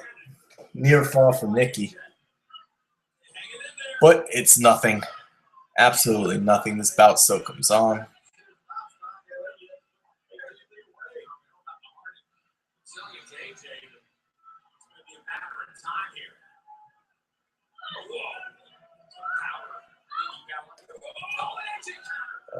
Weird counter by AJ Lee. She's going to roll over and try to get it too, but nope.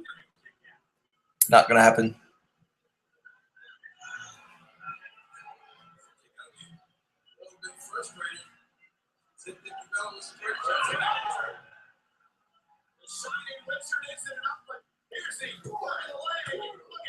All right. Now the ref blatantly sees Bree put the foot on the rope. Let's see if he's going to give her the boot. And he does. Goodbye, Bree mode. Bree mode is now over. She's getting thrown out the match. AJ Lee is, I guess, complaining. And that gives Bree the opportunity to take some hairspray out of her or perfume out of her boot. Big elbow to the face. And she's picking her up, and I think she's going to try and finish her off. Rack attack.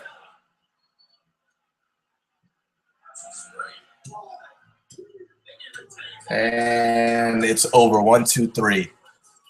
And Brie Bella defends her title in horrifically boring fashion.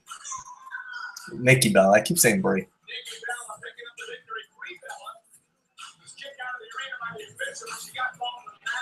All right.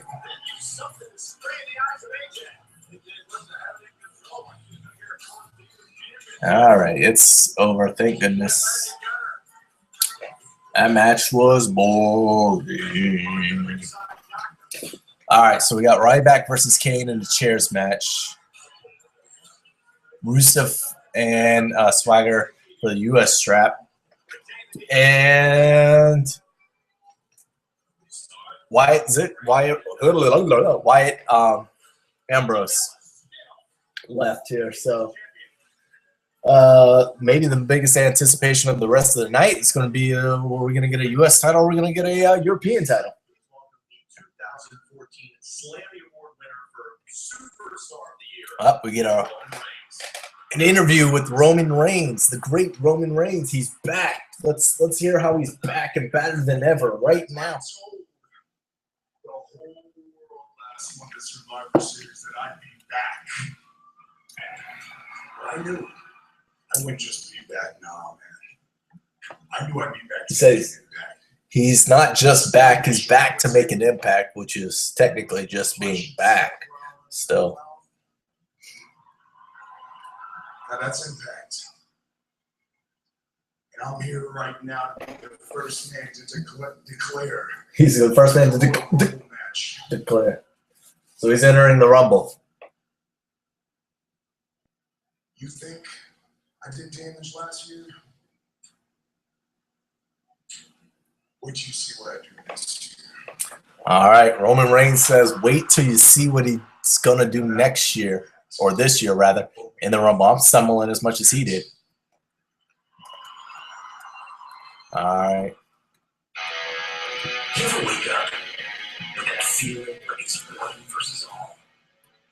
An endless cycle. Eat, sleep, conquer, repeat.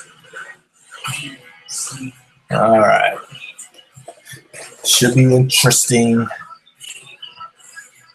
tonight. We've got 3 more matches left here. They're advertising the WWE shop. If you have the app, their email, so you get discounts to that every now and again. So I've yet to buy anything from there. All right, let's see. Free shipping tonight, so that's the code. They always throw out some kind of code trying to get you to buy something. And we're getting Kane's music. We're going to get that chairs match between Ryback and Kane. Let's see how it goes down here. Kane's the first man out. Kane is a company man. He doesn't get the respect his brother does, brother Taker, when it comes to this stuff. Chairs are lining the ring here. Just checking out the Twitter universe.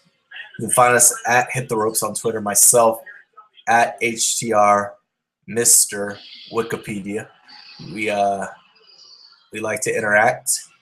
We do follow back, so follow us. We'll follow you. Just say, hey, follow me. Simple as that.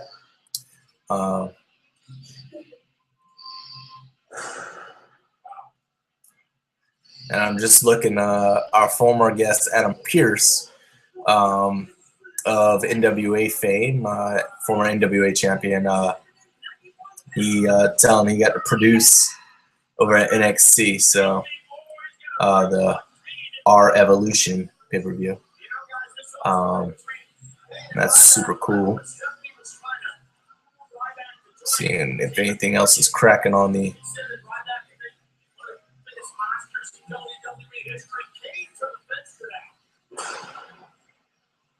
see what else is going down here.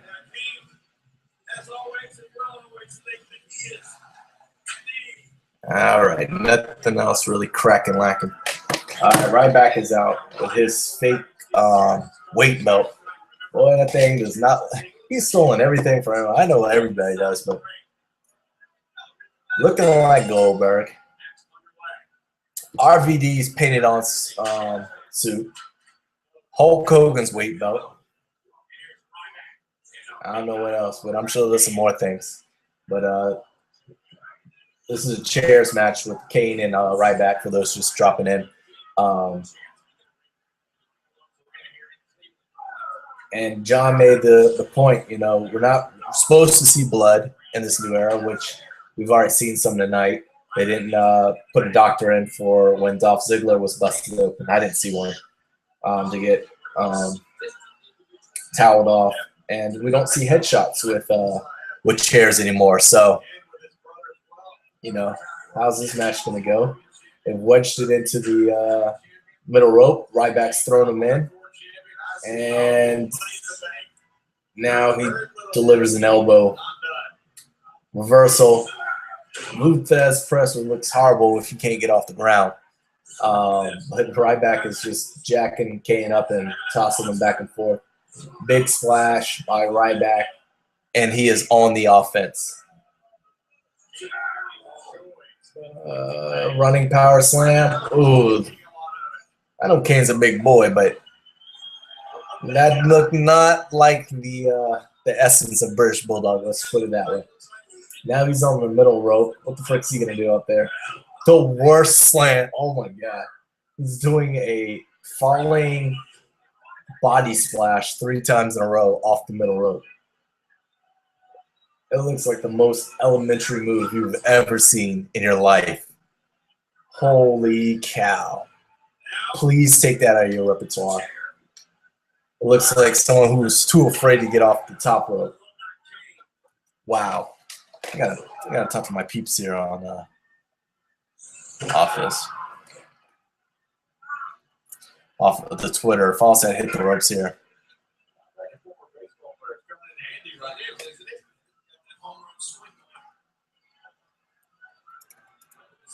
This splash is horrible.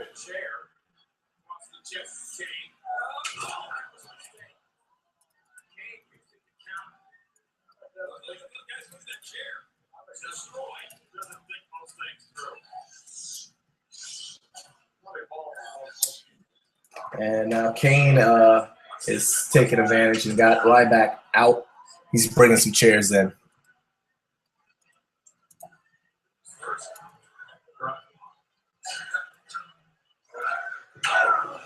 And he's laying in the chair to the back of Ryback.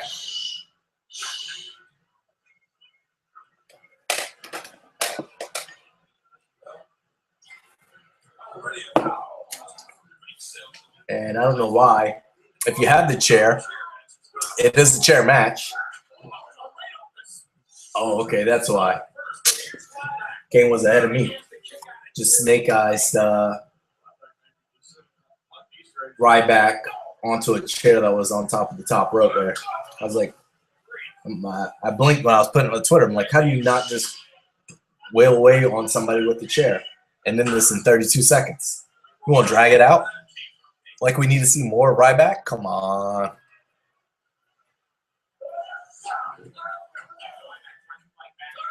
Man, they should have capitalized on Ryback back when he was hot for that minute during the Hell in the Cell.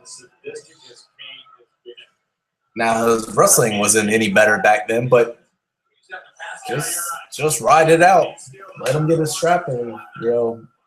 Maybe we'd have some baby faces to work with, but not the case. Let's see here. Running DDT onto a steel chair by Kane. He's going to kick out of this. I don't know how. He just got DDT'd into a chair. That's the problem with these freaking chair matches. It's all good. Suspending disbelief.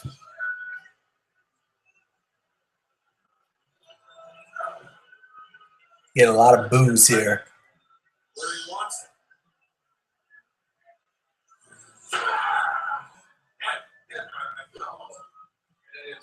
Let's see. Now he's got Ryback in the corner. I don't know what he was doing. He just ran at him like a goof with the chair, and Ryback stuck on his foot, hit him in the face. And now Ryback, I told you to get off the middle rope. He jumps off and gets uppercutted.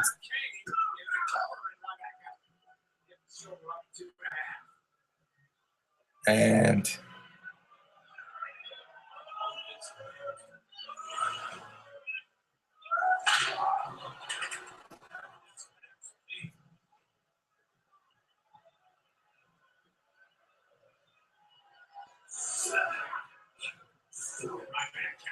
And Ryback is pounding away on Kane to the forehead.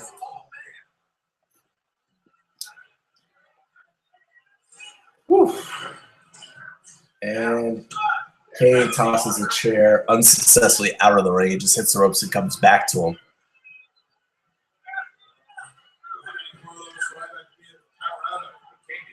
And he's setting up Ryback. He's going to Irish whip him from one corner to the other. Slowly runs in with the big splash. He's going to think about doing it a second time. Is it wise? Nope. Belly to back by Ryback. Ryback with the belly to back. Ryback looks like he's going to get a chair.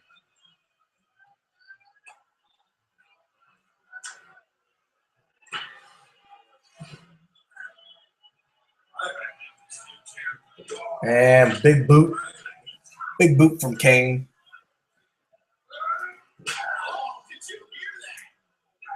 Kane's at an interesting point in his career, if you ask me. He never was as dominant as he probably should have after the first series of Undertaker versus himself. But now he's the company man. He's winding down his career. And probably a little lost. But he's throwing chairs in.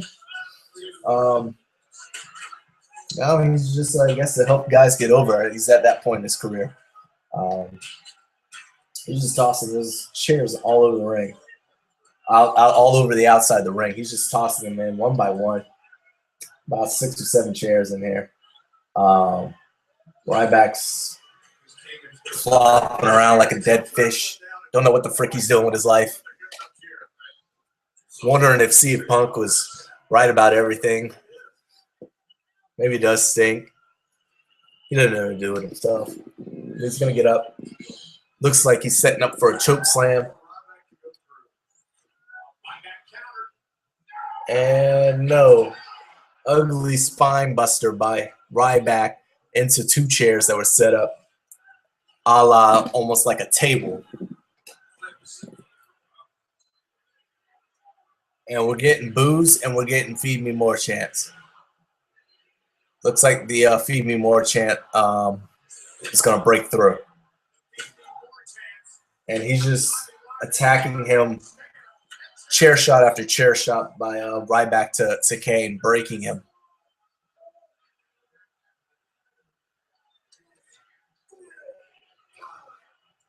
And I think he says dinner time or something. I don't know. Freaking nobody knows what he's talking about. Now we're really getting the feed me more chant. They're really buying in now. And he's pumping his arm, and Kane just threw it like a chest pass chair into Ryback. Choke slam. Ryback kicks out. Kane's trying to figure out what the frick happened. That was hilarious. Just destroyed him as he just chucked that chair into his face. All right, Kane's ticked. He doesn't know. He doesn't know how this match is not over yet. So he's gonna gather a chair too. Maybe get a concerto up in here. All right, he's setting up for a choke slam onto the chair. Ryback's getting up real slow, looking like he's about to duck this bad boy. Nope, tombstone. Nope, reverse. Kicks and then the meat hook clothesline. He pushed him out of the way. I guess he's going to do his little stupid stomp around the ring. Just picks him up and hits his finish. And it's over. 1, 2, 3. Ryback wins. I think we all saw that coming. A yawner of a match. The only great part was when basketball chest pass a chair into Ryback's face. That was kind of funny. But other than that, we're moving on. We're getting to the Rusev versus Jack Swagger match.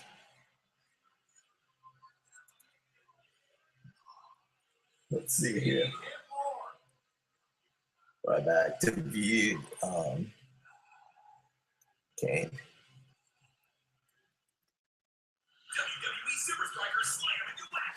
All right, and they're going to commercial her.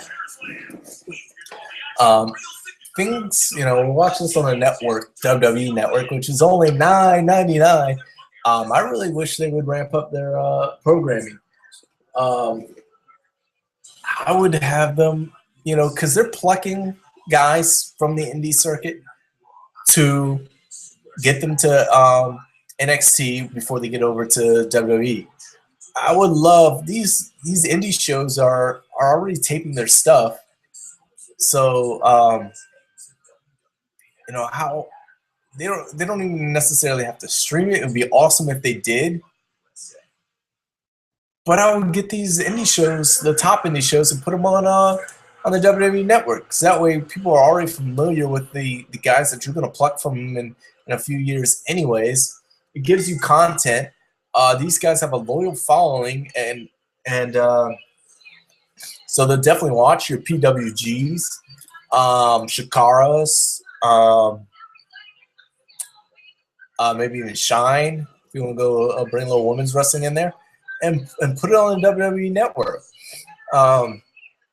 That would, you know, that'd be great filler content there. And then it'll also, you know, all this IWC, you know, the wrestling community online, you know, who always crapping on, crapping on WWE and how great the indies are. Well, you know, that kind of, they would crap their beds having to watch their precious PWG, the precious, you know, Dragon Gates and Shikara's on the WWE Network. But we'll see. You know, they could do things like that if they chose to, but you know, whatever. They want to keep it strictly WWE. Just like the UFC is putting Invicta on their network, and you know they've plucked plenty of talent from Invicta. They plucked the whole division from Invicta, and Invicta gets the exposure. They get the talent. They get the ratings. It's a win-win for all. But Lana's in the ring with her man Rusev. We don't have the European title at this point, but they have promised.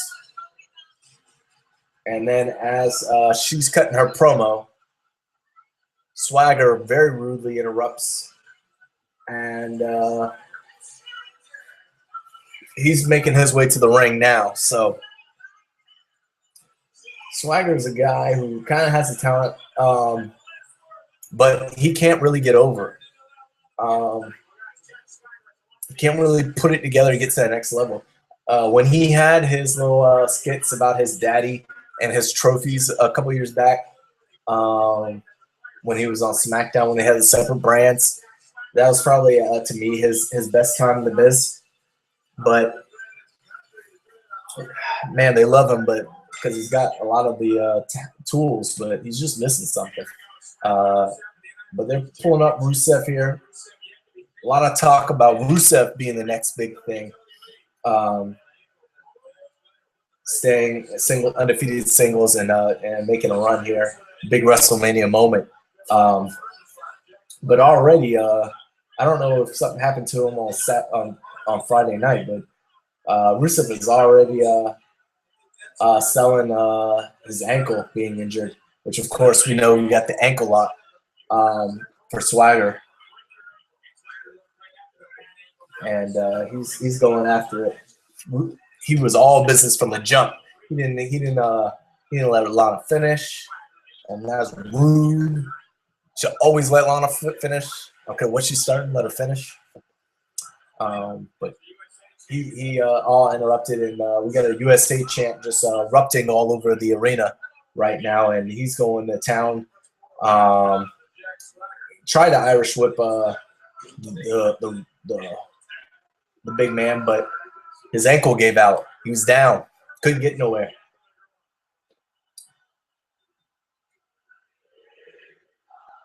And we got a big We the People chant as he's going to hop over, hit the middle rope, and miss the big splash. No dice. And we're going to get a big kick. Oh, nope. Ankle lock. Reverse.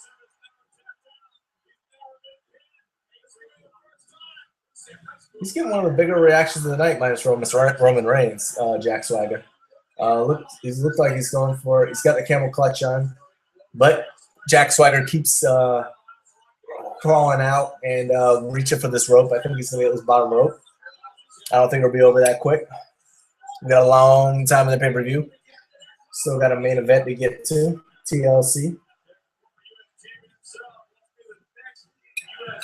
He gets the rope, but Rusev pulls him back, and he is in big trouble right here in the middle of the ring.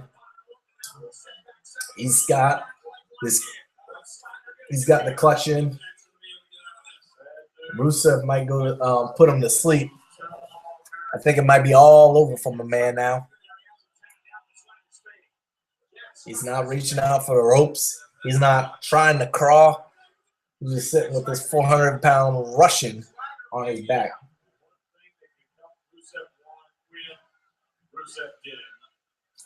And I think they just let him pass out. The referee ain't checked his hands or nothing. That's refereeing 101. Come on, man. In a submission hold, check the man. This unnecessary punishment is unnecessary. Oh, no. Somehow someone hit him with some smelling salts, and Jack Swagger is trying to get him up in a piggyback ride here. Slowly but surely.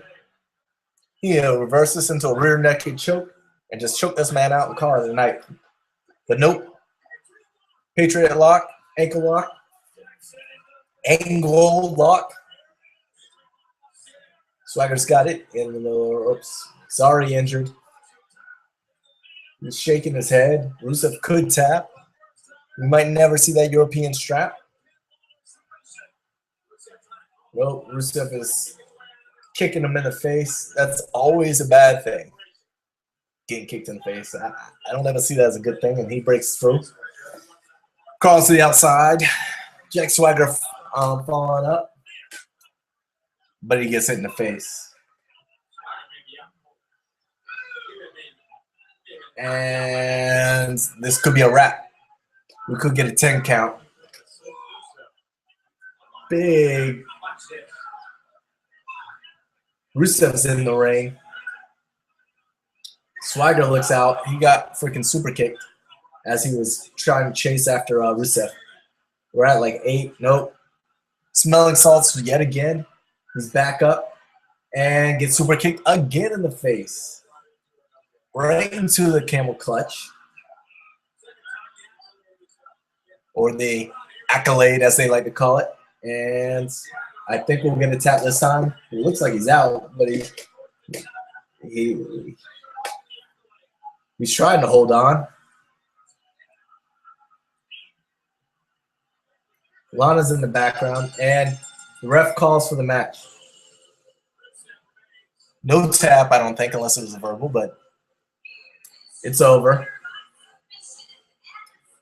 And we've got the still U.S. champ. I'm going to update this for Google+. You can find us on Google+.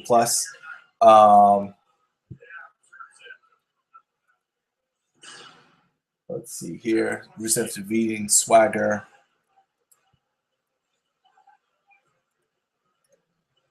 All right. It's been so quiet on Twitter, man. You can find us at Hit the Ropes, myself at HTR, Mr. Wikipedia. Go ahead and add me and add us to your Google+ circle, and we'll add you back. But it's been freaking uber quiet. I'm pretty sure you and I are the only people watching this pay-per-view right now. And maybe just me, you just might be listening to my comments here. But I don't see nothing on our timeline about the WWE right now. This is crazy.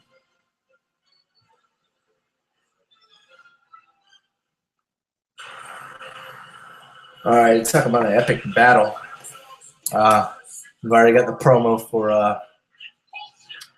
the Royal Rumble in regards to Brock versus John Cena. That's up the next pay-per-view, January 26th. We'll do this again.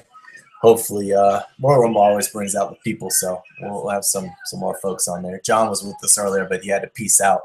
Something about Mama John. I don't know. Hopefully she is well.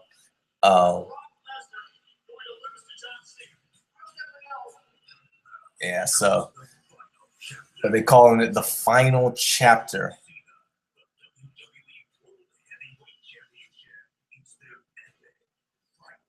It's the epic final battle. Does that mean Brock Lesnar is going bye-bye after this? Or have we had enough because they've already fought 3 times plus 1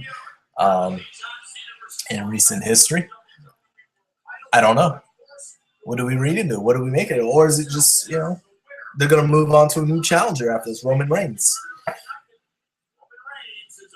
Wait, Roman Reigns, well, this would be Mania, so Roman Reigns will win the Rumble probably back to back here. Or not back to back, because he didn't win, he just cleaned house. They say we're not done. What's going on? We got the TLC match next. Dean Ambrose, Bray Wyatt. This was, I thought, the people's main event. I thought even though this is the title bout in regards to being the bout that the pay-per-view is named after, I thought we were going to still see Cena versus Rollins last, but nope, not the case. So, but we'll see how this goes. We're getting a promo now for the TLC.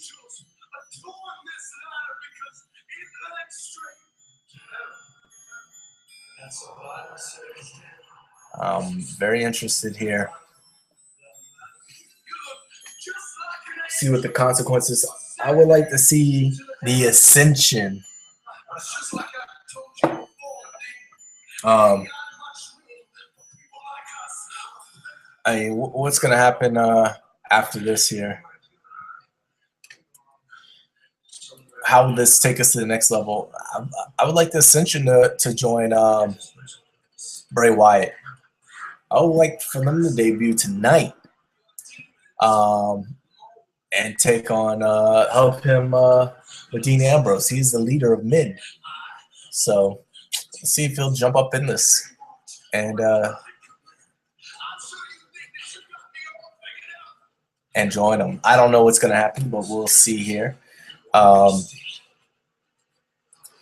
Because there's been talk about Charlotte going up, which if AJ Lee indeed does leave, let's check the Twitter, see if AJ Lee has dropped any more hints. They'll need somebody to fill her slot. We'll see here. But they're just going through and letting us know the story, how we got here. Dean Ambrose destroying that rocking chair. You can't destroy that man's rocking chair, man. It's got power. And nothing from AJ Lee post her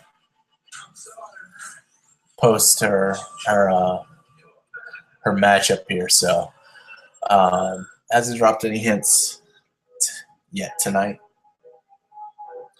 And let's see what WWE's got here.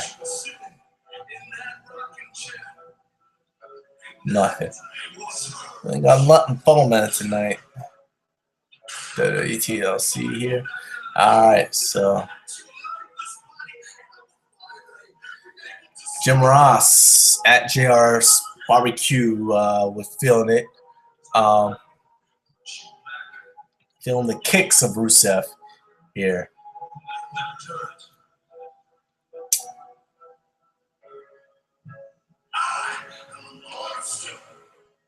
And now there's I'm just checking out here, and even look at the Twitter timeline, hashtag WWE TLC, and it is like there's like nothing on it. How are things trending on Twitter? How do they get these things when nobody's hashtagging?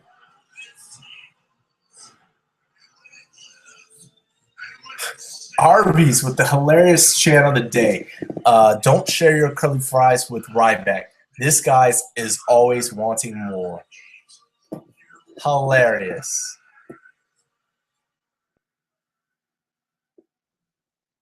That is freaking hilarious, Arby's. The following is a tables, ladders, and chairs match. I got to Now in this respond to match, that. there are no disqualifications. That is No freaking hilarious. countouts. The only way to win is by pinfall. All right, we're finally getting our introductions for the main event now. I can't remember my Twitter password all of a sudden. But I'm at HTR, Mr. Wikipedia, so you can hit me out there.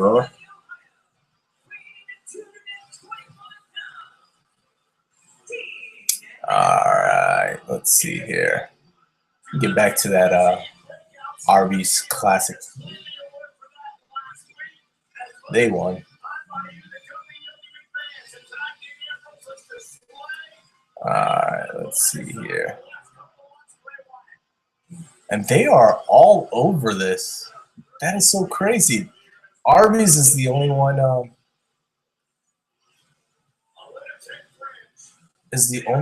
really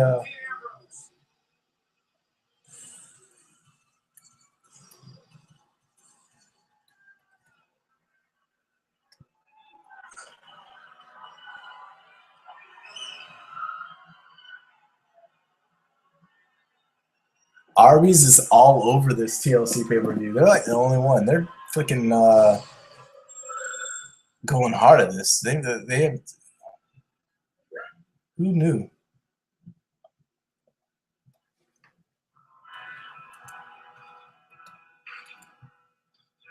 Got a comment on this. False, I hit the ropes in.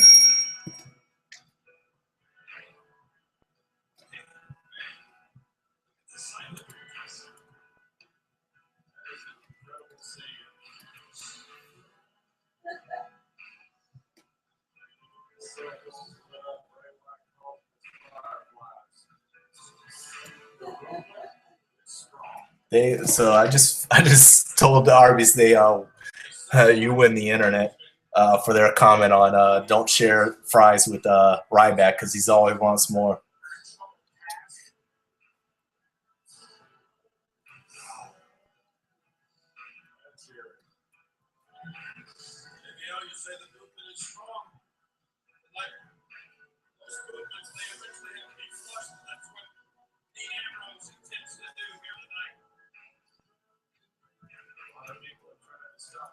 I love this. So Bray Wyatt is making his way to the ring now. He's got the best intro in the biz right now. That's why everybody's comparing him. Oh, and freaking Dean Ambrose kills him with a ladder right off the bat. He's sporting some Gambit like clothes, Dean Ambrose, but I mean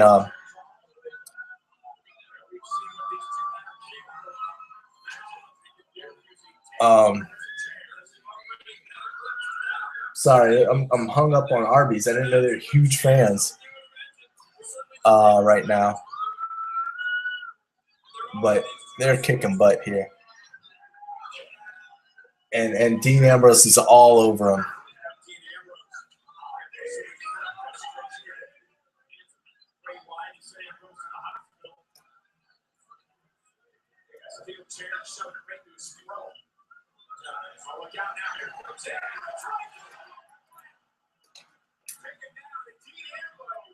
Dean Ambrose is killing him from the jump here, flying.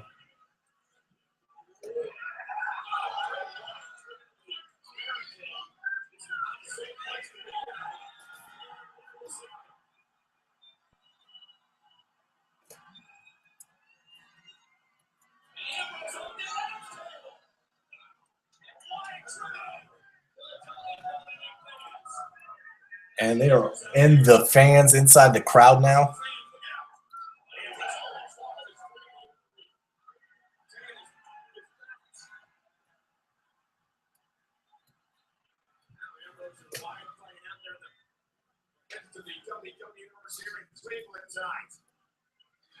And now they're tearing up on the eyes here as Dean Ambrose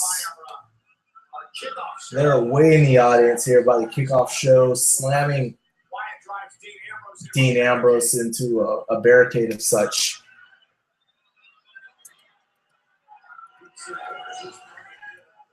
And whoa, that was an awesome shot. Dean Ambrose just ran up the ramp. Ran off the announcer's booth of the kickoff show. Just destroyed him with a plancha of sorts.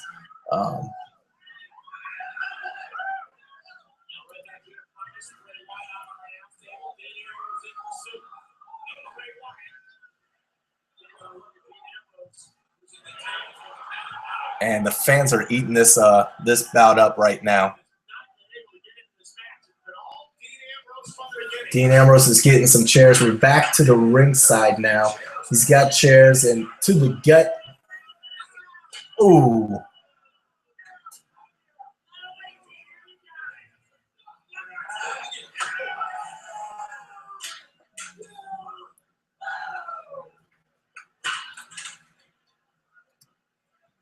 Every time you see something like that happen, look at his face.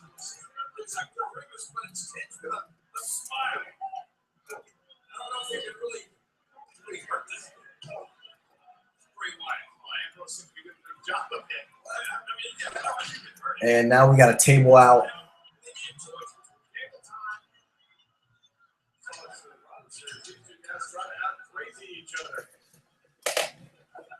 All right, he's setting it up on the outside. Bray Wyatt is on the inside, laid out, trying to recover himself. Kendo sticks, not one but two. He's going Ninja Gaiden on him right now. He's sliding the chairs away from Bray Wyatt. And he throws one away. Bray Wyatt is embracing. He's about to get beat down with a kendo stick. And no, he's trying to see if he can reach and grab for a chair in time. No, kendo stick to the forehead, to the chest, to the back, to the back. Bray Wyatt is not. Oh, to the gut. Bray Wyatt's in trouble. Russian leg sweep by the American. To the American. And pain.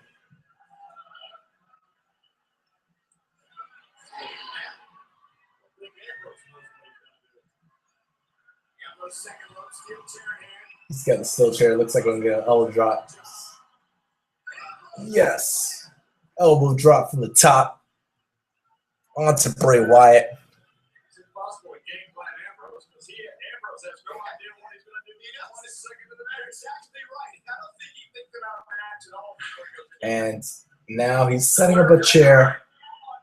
He's got the kendo stick to maneuver Bray Wyatt into the seat.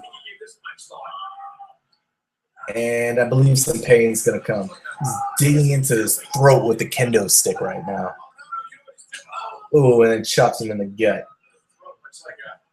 Now he's climbing to the top rope. I think we're about to have some punishment dealt out. Nope. Big chop. Oh! Ooh! Big uppercut from Bray Wyatt to Dean, who was perched upon the top rope, only to fall to his demise right onto the table on the outside. It is not good for Dean Ambrose right now. His kidneys are in his throat right now. He's going to pick this broken man up, only to throw him into the barricade. He's picking up the broken pieces of the table, and he's going to beat him. Just bends it across his back. This is crazy.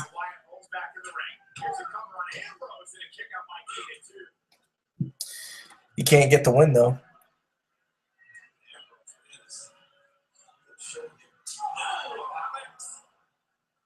Ouch.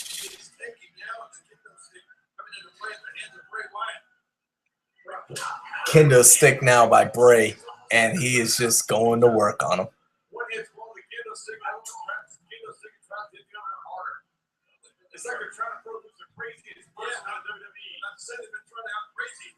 This. He's now wedging this into the top rope. The kendo stick is Bray Wyatt.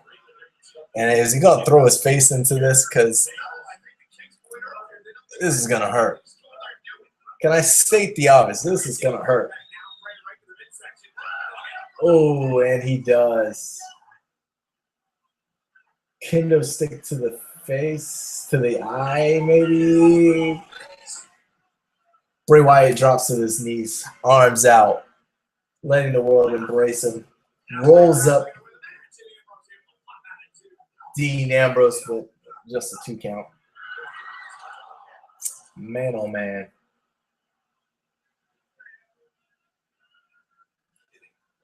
Pure pain.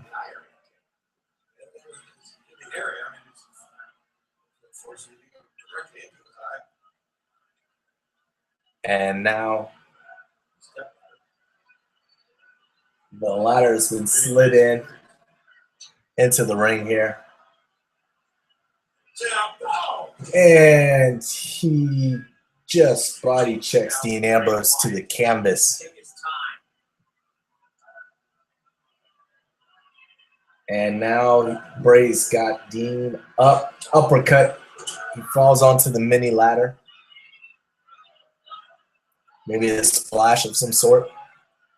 Dean Ambrose in pain. Ooh, ooh. Senton splash onto the ladder for Bray Wyatt, and he's still. Dean Ambrose kicks out. He's still not ready to give up yet. Where Dean Ambrose had the offense at first, it's reversed. Now the offense is all Bray Wyatt, and he's got the kendo stick in Dean Ambrose's mouth.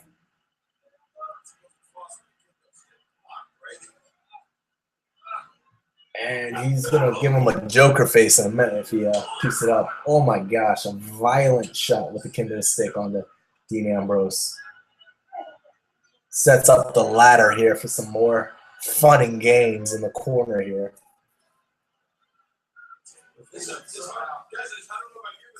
Been a very violent match. Throws him into the ladder that is propped up into the corner. And he taunts him, saying, ask for this, Ambrose. He's about to get his splash on. Hits the corner violently. Oh, and goes to splash Ambrose. Ambrose did not ask for it because he moves out the way. Bam! Collision course. Bray Wyatt is hurting now. He's the one laying on the ground in pain.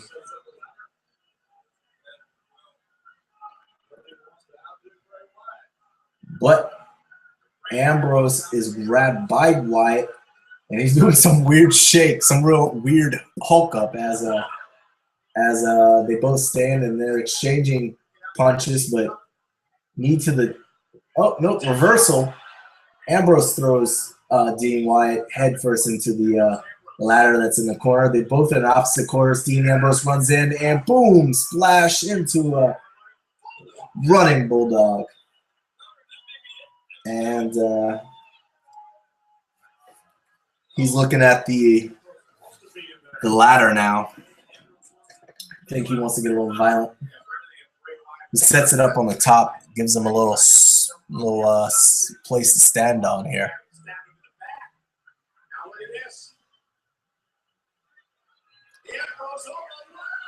And he jumps off the top for a clothesline.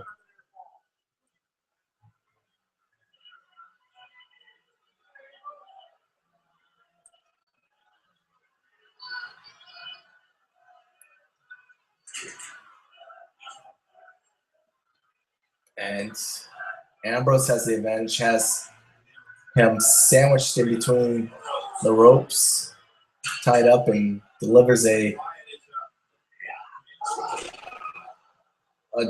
running drop kick.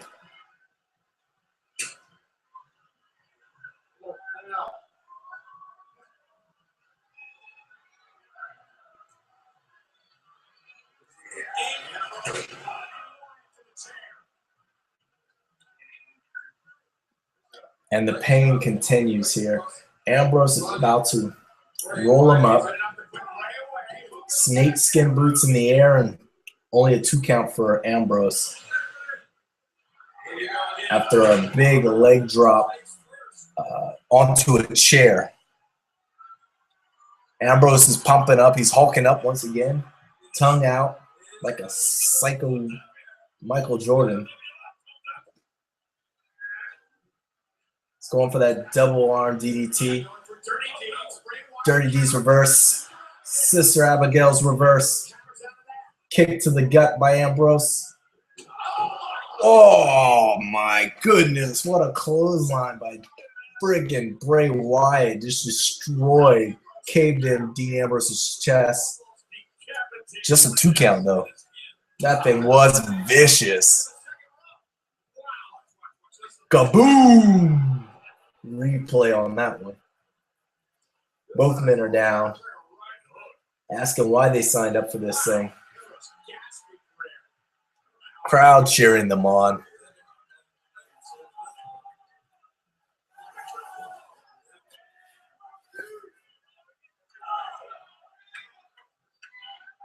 And they were on the outside. Bray tried to throw him in. Dean Ambrose right back out.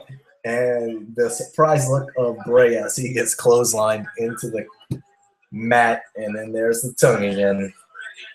That tongue is kind of creeping me out. I'm going to ask you to do something with that, Dean.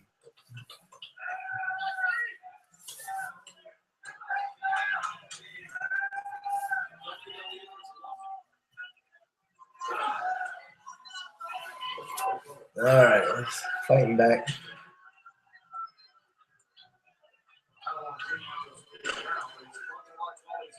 And Ambrose is clearing off tables in the aisle,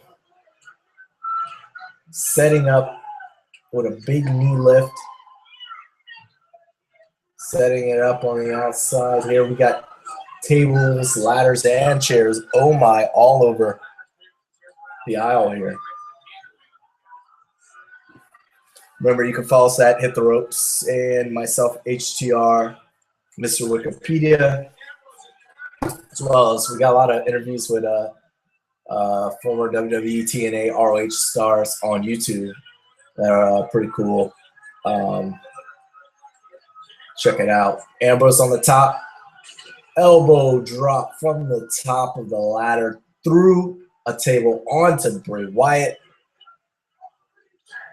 And we get a holy yes chant. And it was okay. All right. Got to respect the one guy breaking another man in half. That's always a good thing for business. Ambrose is contemplating what he's going to do. Tongue out again. Soaking it all in. And immediately jumps on Bray Wyatt, dragging him towards the entrance ramp. Nailing him in the face with a fist. Wipes out the chairs that were sitting on a vacant table. I think he's going to try that again. I think he liked the reaction that he got. And he throws them all on the table and bam, and punching them. This is a bigger ladder this time. Last ladder was like an 8-9 foot ladder. This is like a 12-foot ladder, maybe. And he goes about 3/4 of the way up. Now goes up a little bit higher. Cross body, elbow again. We'll see. Another elbow. And the refs are going to have to check on old Bray Wyatt after that one. Big elbow drop. Driven. I think he's getting a one more time champ. They like that. Yeah, he's getting the one more chant.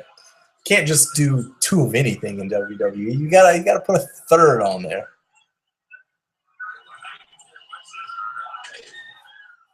Crushed in the replay. Both men are kind of stagger into their knees.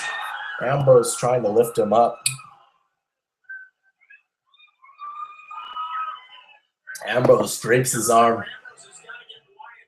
over his head to carry him to the ring so he can get that 1, 2, 3 and make his way with some momentum to the Royal Rumble.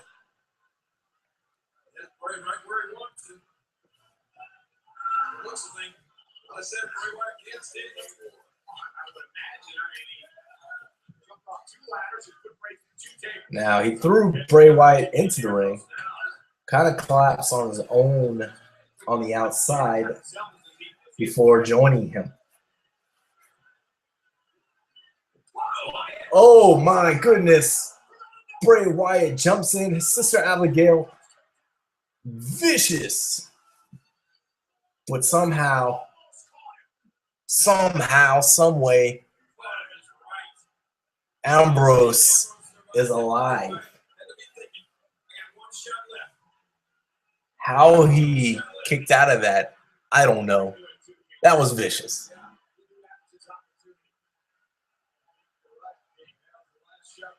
He almost knocked the little piece of hair that he has left standing on his head. Bray Wyatt almost knocked that right off of Dean Ambrose. And he does his little creepy bend over backwards thing in the middle of the ropes this time. He doesn't want to walk to him.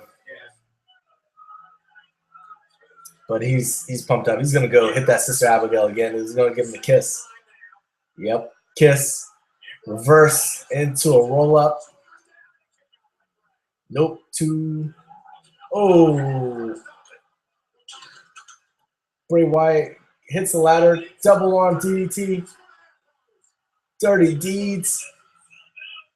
You just got to roll him over now. He's trying to roll that big body over for a 1, 2, kick out. 2 count. Finishers galore getting kicked out of.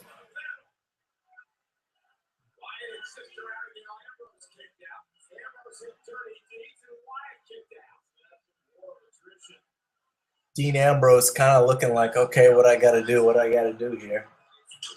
Little respect that he kicked out. Now he's looking to his fans, his crowd. Get a little motivation. Get a let's go Ambrose as Dean is slowly trying to make it to the outside of the ring. Bray Wyatt's already out there, and he's doing something. I don't know what he's doing. He's looking for Harper and Rowan or something.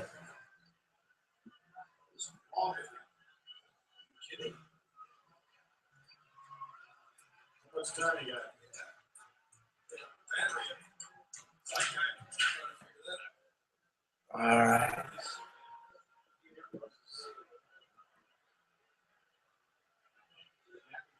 And Dean Ambrose gets a monitor of a live broadcast. He's checking himself out.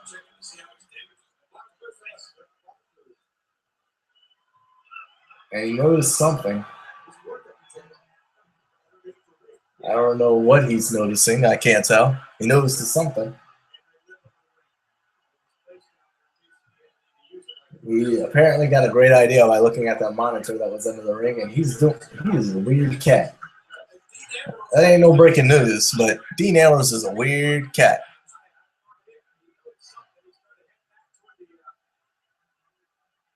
And he's making his way to the top of the ramp. Bray Wyatt is still out cold.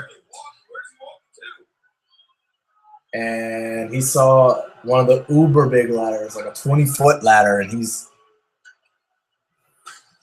trying to fold this bad boy up. He's going to drag it down the aisle and apparently do some not so nice things to Bray Wyatt.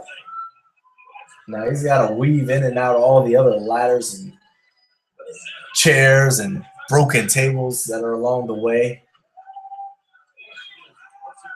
All pieces of resume to his work so far in this match. And he's pretty tired. I can understand that. That's a big doggone ladder.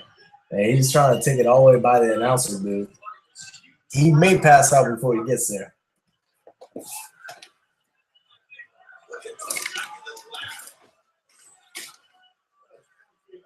He's setting it up now. He's still out cold, Bray Wyatt is. Now, I guess he's going to set Bray onto the table. He's asking for permission before, like a psycho, tearing the Spanish announcer's table up. It was only a matter of time before somebody got to this.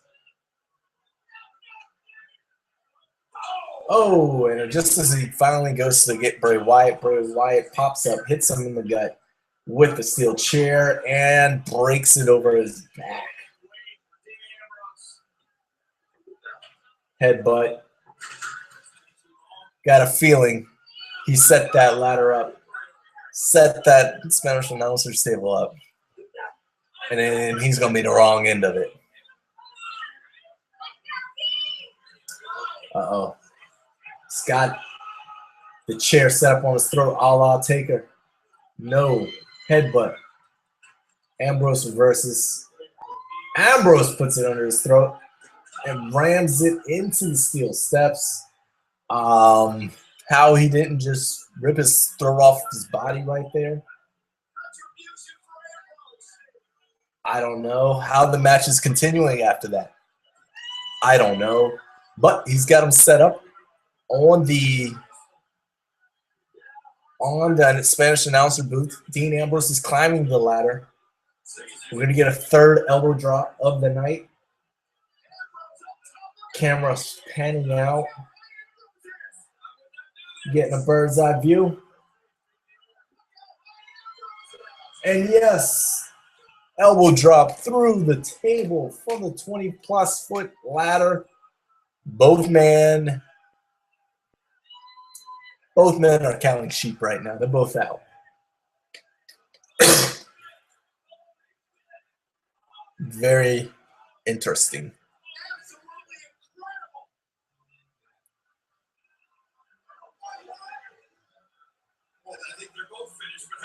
They are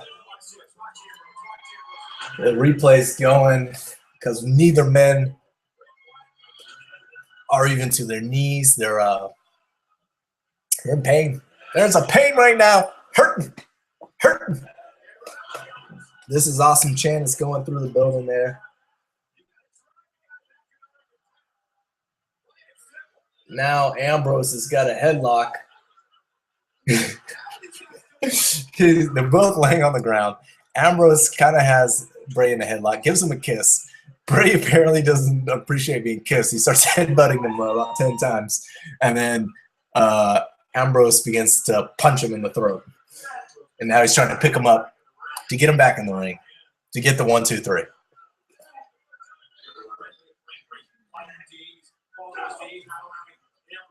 He's struggling.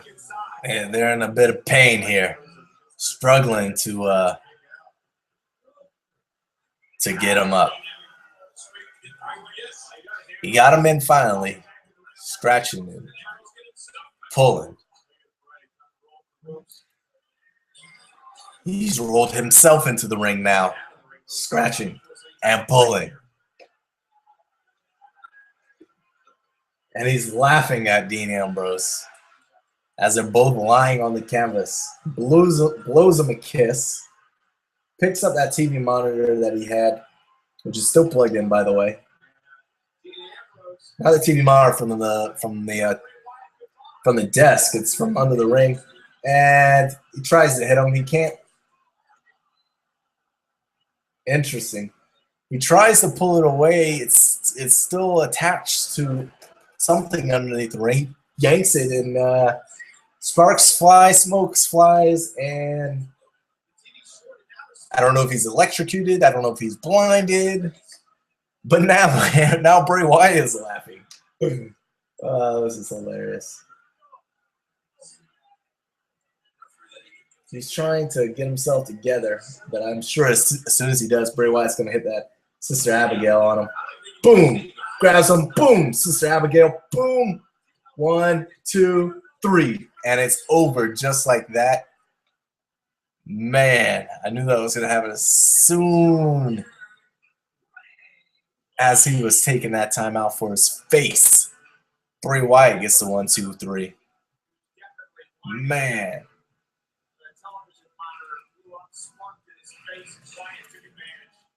Wow. That was a good match. That was definitely the match of the card, although it wasn't a hard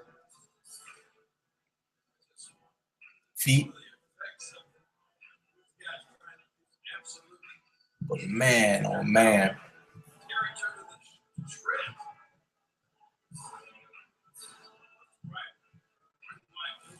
And Bray Wyatt's hovering over him.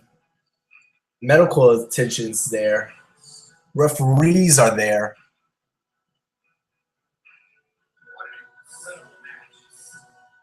Dean is still in trouble. Bray Wyatt kind of rolled over. He hasn't really got himself together just yet.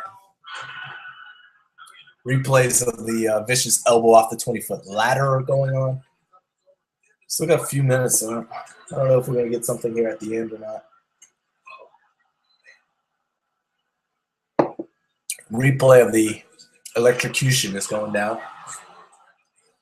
Getting multiple angles of his pain. Sister Abigail, he does that so vicious, so quick. Love that move.